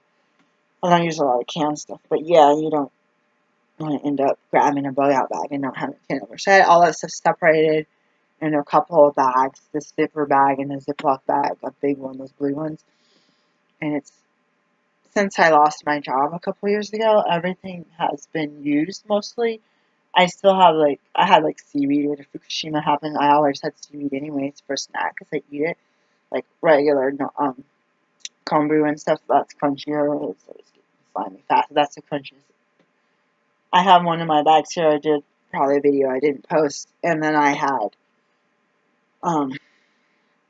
stuff like tea bag things and Band-Aids and those silver blankets or whatever. Yeah, those space blankets, maybe poncho or 2, some waterproof matches. I actually need to buy some lighters. I don't have any, and I used a couple of waterproof matches to light this incense, so I should probably use regular matches. I'd strike anywhere I waterproof. I don't have any regular matches, so I should probably buy some. I prefer to use a lighter, so I might go to the store and buy some today. And then stuff to do, maybe a pack of cards. So all this stuff was like in the cabinet here, and then the freeze-dried food was down here, so I didn't have room up there. And I was trying to have the kids label it when they were doing homeschool. They didn't really care, because if I wasn't home, I wanted them to know, grab the animals, grab that, and get out. Like if you have evacuation notice or something, because that's the thing about not knowing if you need to stay in and just batten the hatches and deal with it. So when we went to Camp Dakota, I almost lit the yurt on fire by using a gas grill for the first time in my life. As a child, I told you before, we had all these things at home, school, and like campfire, school, power tools, weapons. I always had adults teaching us how to use this stuff, and we'd use it literally unattended. But at home, they're like, there's no way you can do that. You can't use this. You can't use a lawnmower. You can't use a power tool. You can't use a BB gun. You can't use a propane. Like, they just don't want you to learn how to do it. It was also a different generation. Grandma, I said, I'm building a house, Grandma, I'm going winter camping. My brother's winter camping. You can't go winter camping. I'm like, why? Because you're a girl. Girls can't handle it. I'm like, girls handle having babies. I think I can handle camping. Like, I love the cold. When I was a kid, I would be out there so much. And you just layer up, just like everyone else. I think that women have more fat, and I would have been able to handle it. And my grandma said, you can't build a house. So I'm determined to build a house. I read a whole book, Habitat for Humanity, Simple House Building. I read it. I determined myself to read it. It was due back. That one was a popular book at the library, so I couldn't keep it long. And I basically didn't memorize it, but I said, go for your dream. My in-laws built the house from scratch by hand, by themselves. A very nice house. I can't describe it. It's just, it'd be like a luxury log, a real log cabin that you'd go for vacation. Like, it was their house. It was basically built like very well done, very sturdy, very strong. I almost want to Google map it. In the past, since I lost a job in 2015, I had received no help. I had gotten in a car accident before that. Everyone I thought was my friend did not help me. Not one person. My daughter helped me, Ella. And I said, wow, we gotta stick together. I said, wow. Wow. I was shocked. I was so shocked. Like, I was thinking I heard this before, people on Facebook a lot, and Twitter, and this likes, and all these friends, 2,000 friends, 6,000 friends, and this young lady got hurt, was in the hospital, had appendicitis, whatever it was, and they're like, not one person came to the hospital to visit her, no one brought flowers, no one asked, how are you, can I do something? So while being active and thinking you have all these friends, and I said, maybe the people are selfish, but maybe we just don't know anymore how. Like, my mom tried to teach me, go see old people, visit your neighbors, talk to your neighbors, wave, like, visit people at the hospital, go to old folks' home, send them cards and letters, call them. Like, my mom told me these old-fashioned things, taught me antiques, taught about writing thank you notes. So, when I passed my board exam, the first one, second one in the same year, within the same year, I think I took one in winter, so it was kind of like 2015, 2016, no, 2013, 2014, and the end of 2013. I passed those exams. The first one, I didn't pass at first. It was so overwhelming. I studied too much. They said that was a problem. If you study too much. I overstudied like a crazy person. Everyone's like, stop studying, go to bed, do seriously. And I overstudied to the point where my brain was just like, none of these answers are right. This is crazy. And when I passed, I did midwifery, but I got a Cody Linden book, The Art of Keeping Your Butt, the A word, alive. And that was amazing because, like with the first feng shui book about decluttering, get rid of negativity, it was about being strong mentally. you can have all the preps in the world. You can have $10,000 worth of preps in your basement. But if you can't keep it straight and calm and use your brain and know how to use the stuff and know what needs to be done, you're not gonna. It's worthless. It's just trash. So basically, a lot of his book was talking about the mental strength and being like in leadership and being like keeping yourself sane. If there's dead bodies next door, if somebody's coming to your house with a gun trying to steal your stuff, like what you are doing to protect yourself and your family. And I found reading that book gave me a lot of reminding me, just like all the other issues with the surgeries and being in a car accident, and laying here and not being able to move. If someone's going to come in the door, it's like, what do you do mentally? How do you talk yourself out of it? You don't want to shoot someone. How do you even make it so that you don't open the door in the first place? Or what they try to break in, what are you going to do? There's no phone, there's no 911. It's you and your kids are sleeping. So it was that whole like mental strength and being positive and keeping yourself active, but also practicing, not just storing a storehouse full of preps, but my daughter had already said this before I read the book, putting the stuff in the front when you go shopping and putting in the stuff. Like if you eat canned corn, put the new one in the back. You can check the dates depending on what store. This one might say 2018. The one in the front says 2020. Then maybe switch them around, but you know what I mean. My daughter had already said that. So going back to already hearing that, I thought I heard God telling me to have. My foot is like so itchy. It's like actually really freaking me out. Oh my God, it's like so dry. I'm gonna wash my hands.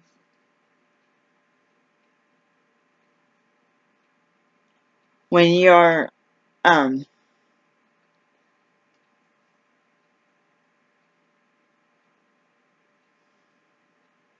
on, I'm thinking. So when you're this is a longer video. So prepping things, I would watch. When I started using YouTube for the first time, I think I was studying for boards or something.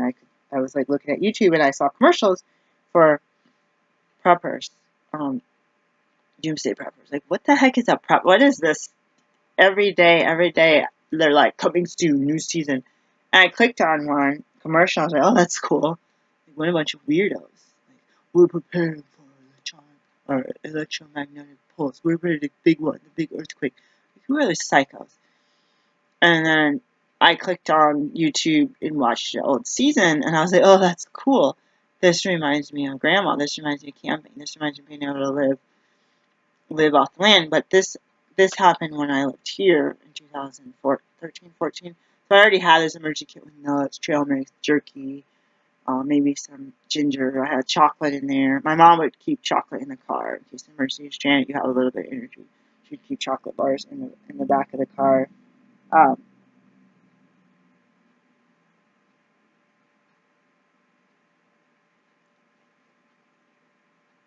But she would, or we would have,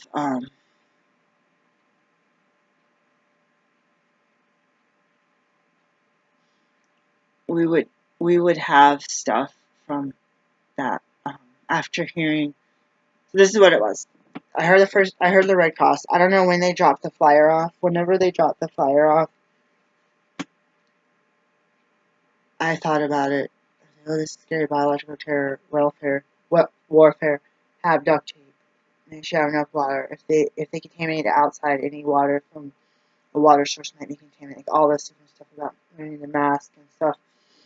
And having, if you had to go outside, having to destroy your clothing or leave it.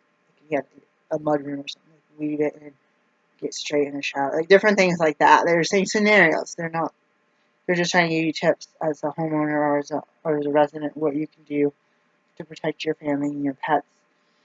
And then they talked about, I had this thing in my heart, go get yourself 3 days worth of food, snacks and stuff, non-perishable items or canned foods that will last a couple of years. And I said, I don't have money. We're broke. We're considered homeless right now. We're living in shelter-type systems. We're living in transitional housing. And another day I went to church.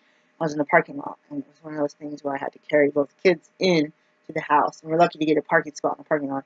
It used to be I could park out front. The townhouse next door was empty. But those guys always got home before me. They didn't work very much. So by the time I'd get home from work, school, and church, that spot, which I had for the whole year that I lived there, nobody else parked in that spot. I would park there, and then they moved in and they parked there. I was like, shoot. So I'd have to park in the parking lot. And as the parking lot's full, I'd have to park 2 blocks down. So basically, groceries, kids, whatever you need to carry has to be like 1 to 2 blocks down. Plus your car, a Toyota Camry at the time was like, anyways, I didn't want to steal a car. But they could steal it from out front too. But yeah, I had driven home from church, was about 20-something miles away, and it was late at night, and I had the radio on, and that came on again. Red Cross on 800 AM. Please get emergency kit, 3 days worth of water, 2 gallons per person per day, minimum. And I was like, I gotta do this. I felt like I was, thank God, was talking to me, like, do this.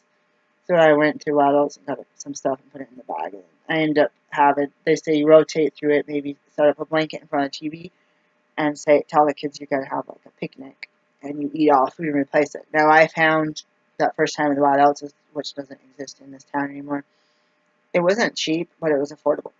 After that, you try to get a couple cans of canned meat, a couple things of nuts and trail mix, a couple things of jerky. Dude, you're already going like $60 over budget just getting that, some dry fruit, you know. You're already going like, some extra bottles of water, like 2, 3 little bottles of water. So if you have gallons, you can pour them in there, especially if you're going in the car. You don't necessarily need to drive around with a cup of water, splashing around. So I had a real hard time replacing stuff. At first, I was so broke, and the price of living went up, that I finally went back, and it said like 2006, and it was like 2012 that I went and replaced it. Like, oh God, everything is wasted. Like I should have done that picnic thing, or even take it out before it expired and eat it as a snack for school. So I basically felt like I wasted it. It's like insurance, you paying for it. So then I had to learn to really date it. This was packaged on this day, this time. After the Chloe Linden book, it was like, we don't have stuff for it, but if we had to leave in a hurry, we don't have stuff. Last year I had a danger and threatened person, and I had a bug out bag. Me and my sons and my daughter was instructed to make her own, but she was heavily stressed out, and she was getting ready to start senior year of school, so I could not pressure her to do that. Hold on, let me watch.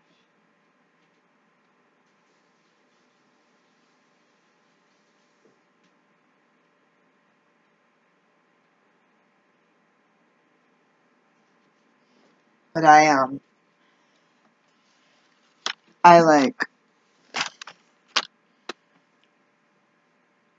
I I ended up like going to Winco and getting little things, and my diet changed so much. I was like on call for birth. So for a while I was eating Laura bars, and I was eating figs or something dry food. It might not have been so clean from Winco, and raisins. My acupuncturist told me because I was anemic to eat raisins, so I'd buy like 2 bags of raisins, 2 bags of whatever those figs, I guess dried figs, and I'd keep like 1 in the car and 1 at home. But it pretty much got like, as I lost my job, all that stuff has gradually pretty much disappeared. I had toilet paper stashed, I had garbage bags stashed, I had razors stashed, and even up until now, I've taken toilet paper. Like, we got toilet paper. It sounds gross saying used toilet paper, but basically you end up with this much of a roll versus a whole. So basically, like, public places were taking the toilet paper out and donating it, which is kind of gross because you don't know, like, who's in there touching doorknobs, touching this, touching the toilet paper, who's touched the toilet paper and dropped in a puddle, who's cleaning the bathroom with gloves and wiping down toilets, and then saying, okay, now I'm going to take this toilet paper and put it in a bag for the food pantry. But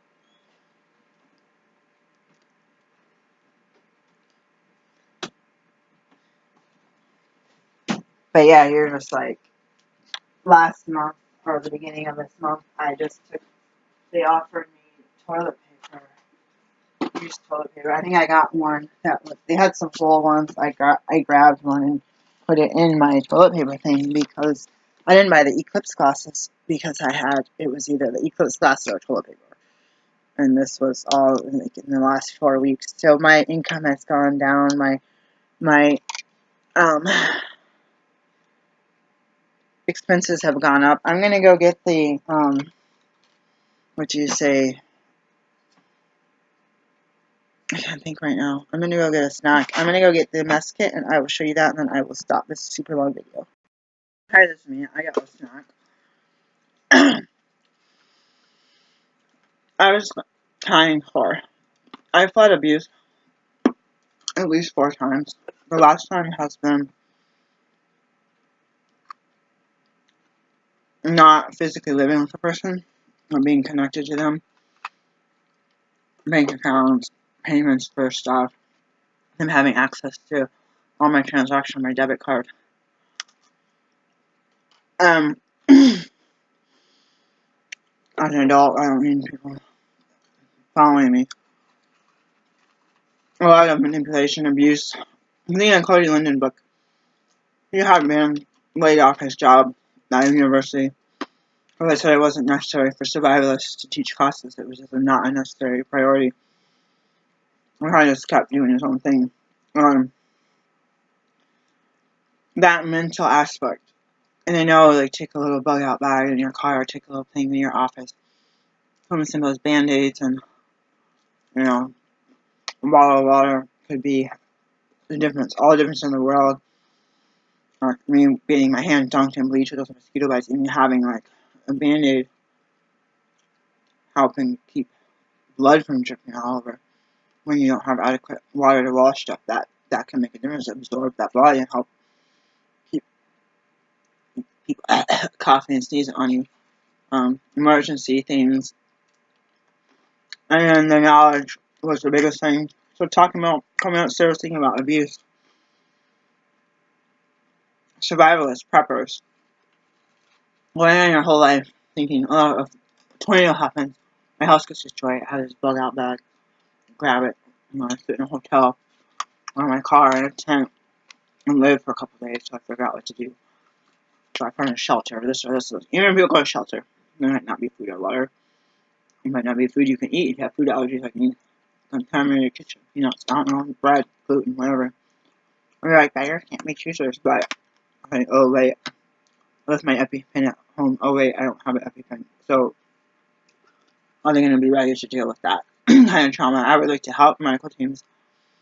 There's some medical teams locally that are like naturopaths, but I was thinking about, like, you gotta do what you can to help your kids.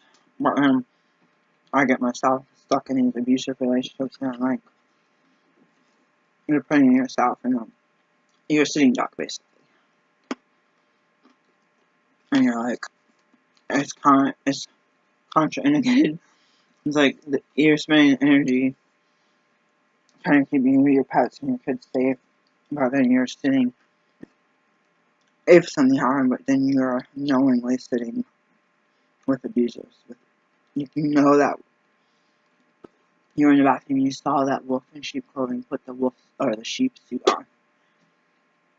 And it's not even, you're not even being tricked by it anymore. And so, even reading that book makes you think, how much do you value your sanity and your safety and your kids' safety? When you have people that I've lived with who use guns and fists to get their way, if they can't manipulate you with money, then it becomes a life-threatening situation. They can destroy your taxes, your bank accounts, your house, your car. I have a relative who's destroyed cars with their bare hands. These are the type of people I grew up with. I've seen half the backyard torn to shreds. And their journals and their anger get so bad, they probably could have ripped a 100-year-old oak tree out of the ground. And whoever's in their line of fire, if they got fists, they use fists. If they got guns, they start shooting. And I know this is how I grew up.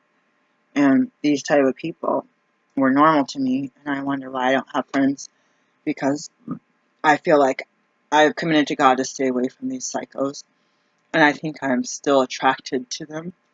I'm like, why does this, like when I was at an abusive institution, I'm like, why does this feel like when I was with my ex? Like, why do I have this feeling? No, it's not an intimate relationship. No, it's not a relative that beats you and tells you going to kill you, but it's like a professional relationship. Why do you have that thing? I keep saying there's this grape that, like, there's certain grapes you eat, and there's one that tastes this really deep taste that reminds me of childhood. Like, one in every 200 grapes has this, like the sweet spot, the perfect grape. Like blueberries, you get that, like, perfect one, not too sweet, not too sour, not chewy on the outside, not big crunchy seeds. You think you're eating a rock or worm. So there's a sweet spot. And I think even up until today, yesterday, Sunday, I was still trying to attract these people because of the familiarity. And I realized, like, that, like, the layer of the onion, that it's going out. So thinking of saving your sanity and maintaining, the more you're in survival mode, I'm not talking about Tropical Storm Harvey. I'm talking about, like, mental survival because there's somebody abusing you and going to your phone and waking up in the middle of the morning, in the middle of the night. I feel like it takes you farther from your spirit person. It takes you farther from your sanity. It takes you farther from your higher power. Because you're so much trying to protect your sanity that you're not able to just stop and pause for even a second. And I've gone through this my whole life, and that really pumps up your journals. So here's, I don't think this was the one from when I was a kid. I didn't open it. I was like, I hope there's no bugs in it. So the bottom has been used. It's all bent out of shape.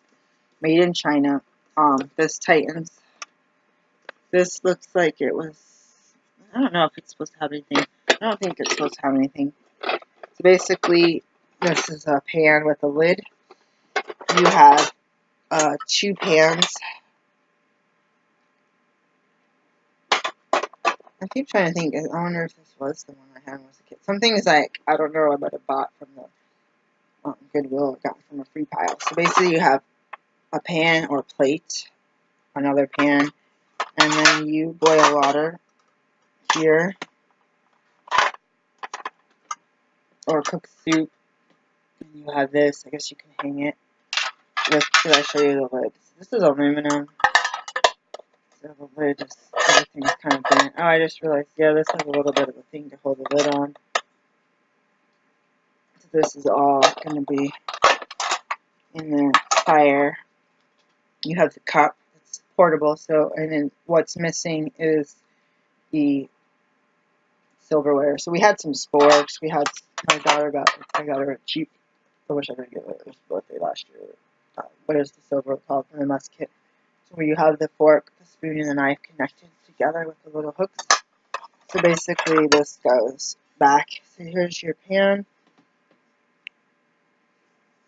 And so as a raw foodist, it would pretty much be like cocoa and tea with the water. And everything else would be for the kids. Soup, hot dogs.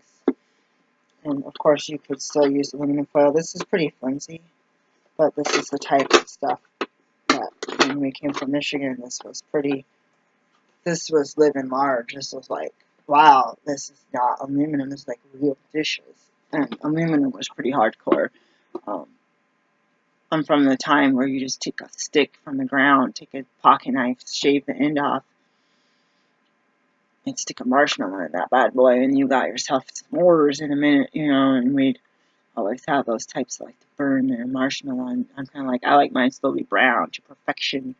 But it's like, when I eat marshmallows, sometimes it's kind of fun when it burns, because then you either eat the burnt part, or you do that thing where you pull it off before it melts again. So you salvage the rest of your melted marshmallow, and you're like, you forget marshmallows get really sticky. So then you have like this burnt shell on your hand, and it's like hot, and you're like, ooh, ooh, I'm just gonna eat it. And you're just like, oh god, it tastes like ashes. You're like getting it all over yourself, and you're like, just give me the graham crackers. Like, I don't eat any of that anymore. Give me the graham crackers and let me just forget about the burnt taste and just enjoy the chocolatey goodness. You want to do everything so that you do everything in the right timing. The marshmallow helps melt the chocolate. So basically, that's what my life has been right now. Has been um, before I left my ex-husband in 2004. We were homeless on and off. So between living in the city, living through shelters, building up this stuff, which now if I paid, I don't know if this is from when I was a kid or not, but I feel like the one when I was a kid would probably be more sturdy than that. I don't know. I can't tell you the history. But imagine I paid $3 for that with student loan money. Say my kids were going camping and they needed it, and I bought it at the Goodwill. I'm pretty sure I probably bought this at the Goodwill or something. And oh yeah, by the way, Camp Dakota almost burnt the place down. I'm scared of propane. I had the kids get the fire extinguisher. I could get out of your. There was flames coming out. I thought chicken with skin would be good on a grill or on a fire, but apparently it's a really good fire source. It was shooting flames out the back. The back wooden thing was all black with smoke. It had been raining 2 to 3 days, and it was wintertime. It was kind of cool, so it wasn't dried out wood. But I went outside only for one reason. I had bought ice from the shop, and I left it on the porch. I had a cooler with some chicken. And the only I thought, oh, it's going to be like 20, 30, 40 minutes before it's going to be done. I went outside, and there was flames shooting out of every hole of this grill, which was only like this far from the yurt, which is plastic and wood, like lattice wood like that. One exit, which was French doors. And you can't get out the windows because the lattice covers the plastic.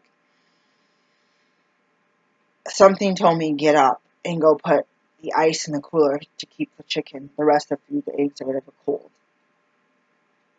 When I went out, if I hadn't done that, I would have waited like 30, 40 minutes or potentially fallen asleep.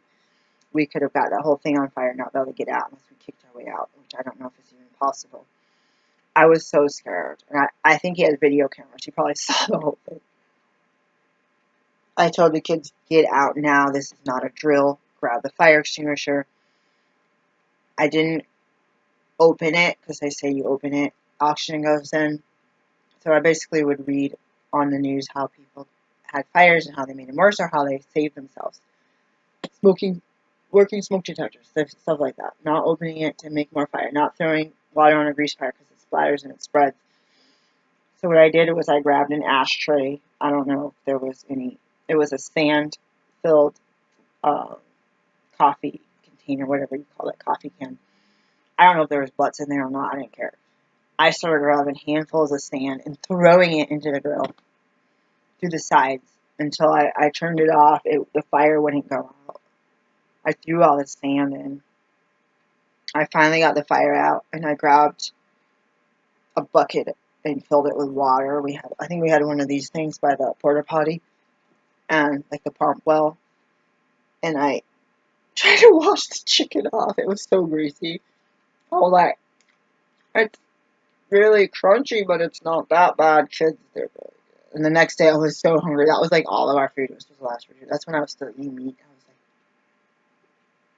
I'm like, we don't really have any other food, like no sandwiches, no canned food. Like, we didn't really have anything else. I might have had a watermelon, I don't know, but I was like, I just ate that, and even when I got home, I had this, like, char-broiled sand from an ashtray that I was eating. It was like, I can't feel it. It was like big chicken breast with skin on it. So I was like, lesson learned. I don't know how to use a propane. Don't leave it unattended. Don't turn it up and get skinless, or just really keep flipping it and allowing the fat to burn off.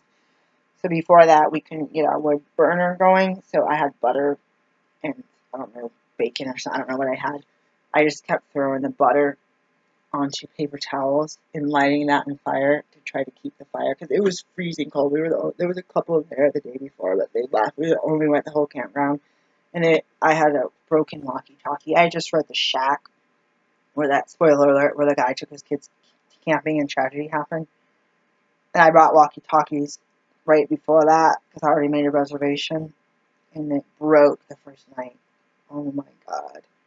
I was like, because I always had to use the bathroom. I would have to walk outside, leave my kids alone in the middle of the night. They don't have a walkie-talkie. I was like so freaked out. But it had the weather radio on. It was like expecting like all this winter storm warnings and stuff. We were at high elevation. Oh shoot, it was so cold. So there's some lessons learned with other people as far as not opening it, using sand. You know, I didn't have a hose or anything. I didn't really want to have to use this fire extinguisher. It's prideful.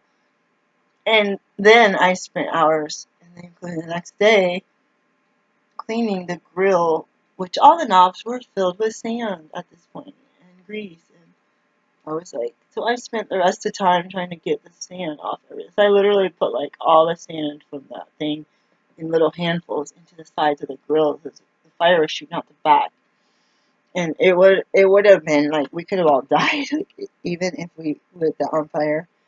And I complained that it was raining. And then after that happened, I said, thank God it was raining, and thank God I listened to myself say, go get the ice on the porch. If the ice was in the yurt, I wouldn't have gone outside because I thought, like, I'm thinking like how you have something in the oven, you just leave it there unattended for a few hours, or for a few minutes, an hour. The other thing is being able to, I could walk out and get the mail and have an earthquake and be stranded like half a block from home. So being able to utilize your knowledge of plants you can eat and where to make, how to make a latrine, where to make a latrine, how to keep your water if there's a stream, where is that coming from? Our creek down here, I call the sewer creek because it's like a sewer, and the creeks around here overflow the sewer lines. It's a mess. So thinking in your brain, if I went out like this and I'm stranded, or I drive to the store like this and I lose my bag and I'm stranded and I have no keys and a disaster happens, what do? Keep your head, keep your sanity. And I think resting frequently, just like how it helps your immune system, so that if you encounter someone sneezing, because you're not going to get away from germs unless you completely isolate in a bubble, or at least isolate in a really super duper tidy house where nothing comes in, no mail, nothing. And staying physically fit, but also keeping your brain challenged. Not just talking about prepping or plants like herbs, what's poisonous, what's not poisonous, what's the antidote for this, for poison ivy, if you're out in the word bee sting, this. Or wait, and then when we moved here, I want to say this and I'll stop. When we moved here, Red Cross came. They were supposed to come one day and then they didn't come. We were all out there waiting. Nobody came. So we're going to give you double prizes. So they gave us a little tube full of a whistle, paper, plastic bag water. What else was in there? A couple of things. It wasn't a lot of stuff. A mask. I don't know if I had an emergency blanket or not, but I put some in emergency blankets. I have those downstairs. I put a few quarters in there. I'm in really broke. Those quarters actually might not be there anymore because I might have had to buy my kid milk with those quarters. So we basically been using that. But they came, they didn't come, and then they came again. And instead of 72 hours, she says, listen, people. And this became a mandatory meeting by the rent manager, which was crazy. Some people actually still work. It was all women, no men. It was really weird. And kids, like a mandatory meeting. She goes, we're Red Cross volunteers. You need at least 5 to 7 days, preferably 10 days worth of supplies. She goes, if there's a flood or an earthquake or the roads get shut down, there's a snowstorm, we're not going to come within 3 to 4 days. So you have 3 days worth of water or food. She said, we're going to come after we take care of our family for 3 to 4 days. And then, however, the resources are, our ability to get to where you are, and do we even have, like you see on TV, people passing out 10,000 bottles of water and all that stuff. Oh, my baby needs formula, I need extra, all this stuff. So she basically told us approximately 10 days minimum. 5, 7, 10 days minimum. She goes, I'm going to tell you the truth, you all. We're not going to say, oh my God, disaster happened. We're just going to, volunteers just going to jump in the car and come save you. She goes, we're going to save our family and stabilize our neighborhoods first until we come out to get to you. And you might be isolated if the freeway here closes off and Barber shuts down and the back roads are all broken up. You might, like, this happened. I'm going to say this. Like you said, I'm going to say this. I'm going to be quiet. Our old pastoral church had their first gathered up by the Sandy River. And the Sandy River, say the Sandy River is going like this, and there's a road. It's not really an island, but there's a road. Maybe it was an island where they had all these vacation houses and a few people lived there. Like, that's how it was when I grew up. I was one of the few people that lived there, but everyone else a vacation rental house or a vacation cabin for their own selves. Something happened and the Sandy River changed course and it basically slapped into that island. So their neighbors' houses were literally, the river basically took their house and broke it off the foundation and took it down the river, these big old houses. And he calls his tenants and says, get out now. You're going to get flooded and stranded. And many people got out, and the one road in got washed away. So the river took out the road. It took out a bunch of houses, flooded stuff. And their cabin was saved, so they're like, thank God. And the people that, they showed a video of this guy, like, driving across, and then the water just comes, and the road is literally washed away right as he's driving out of it. Just like slam on the gas. The people that didn't get out were stranded there. And I think somehow there was a way to walk. So they were having people walk. I don't think they had to walk through water, but there was no way to go through a car. They were having people walk. And volunteers would be on the other side of that bridge or whatever to take them to the grocery store and stuff and go back home. But they basically had to carry their stuff home. And it took quite a while to build the road up. And I don't know the details, but I watched, they showed a video during church. It was like that hurricane. It was just like wild white water raft. And what the heck? I've been to Sandy River a few times. I don't even know what caused. Was it rain? Was it something broke off? Change in the landscape all of a sudden, earthquake that nobody paid attention to. And so stuff like that is, you're minding your business summer day, winter day, fall day, and the road washes out, and you don't realize, you're thinking, oh God. So I just said that because you think, I could go out this way. When it was snowy, I went out that way because people were sliding down the hill in their cars, and there's cars parked up and down the street. I didn't want to sideswipe, destroy, not be able to stop, end up in the creek, which is at the end of another hill. This could be cut off. This could be cut off. There was a shooting here. These roads were all cut off. I told my kid, it was a snowstorm and I was shooting. So two tragedies happened in the same day, and I was outside praying and looking at, the neighbor was like, I'll go get the girls. I said, okay, thank you. And I said, I told Ella, you guys are going to take that dirt road that's like major off-roading, because by the time when they pulled up, the police took off the roadblocks. So there was this raunchy dirt road that is like the axle killer. I hope that it doesn't kill my axles. I had to go on this because I went on there because anyways, it's a long story. So even something like that, there was a snowstorm, there was ice, and then there was a shooting that blocked off the road. You have like lockdown situation, or you have a roadblock. Every police vehicle and detective was in this neighborhood, in our whole street, and sidewalks were all yellow taped off. And so the highway exits there. If I were sometimes to have to leave my house, and there's just one little lane road, even though there's an in and out, it's not like a dead end. There would be a situation potentially where you can't go out either ends, and you don't have any other access anywhere unless you climb over this overpass and walk somewhere, which is kind of a good thing, I guess, with being in our location, is that I've done that before. Walked. I said, before I have money, it's a snowstorm, I'm not going to buy food. If at all else, we're going to go up to Carl Jr. or Buster's and buy barbecue for the kids and a couple salads for me and the animals, and some bottles of water, or just bottled water if I need, or like tap water if I need to. But then again, you realize the snowstorms, all the roads are shut down. They shut down the freeway unless you have the chains and this and this and this and this, and they're impassable. Then you're in a 6-hour, 16-hour traffic jam. So the trucks aren't coming to stores. You have that 3 days. We had it frozen, it didn't melt, okay? Sometimes it snows here, and 1 or 2 days later it's melted. This was like ice that stayed down, so the stores start depleting. When I had the eclipse, there was no bottled water left. I got like one big pack for the kids, but they had no gallons left. None. Not one. I didn't look in the nutrition aisle. I was like, the shelves are all empty. Like, before the eclipse, I was like asking employees, like, You guys like move the water or something? Because it's like I've been in the store for a long time, so anything can happen. Anything can happen. We have riots in this town.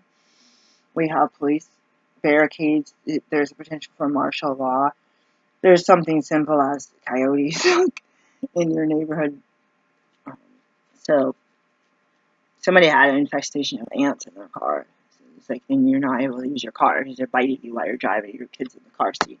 With that, I'm going to end.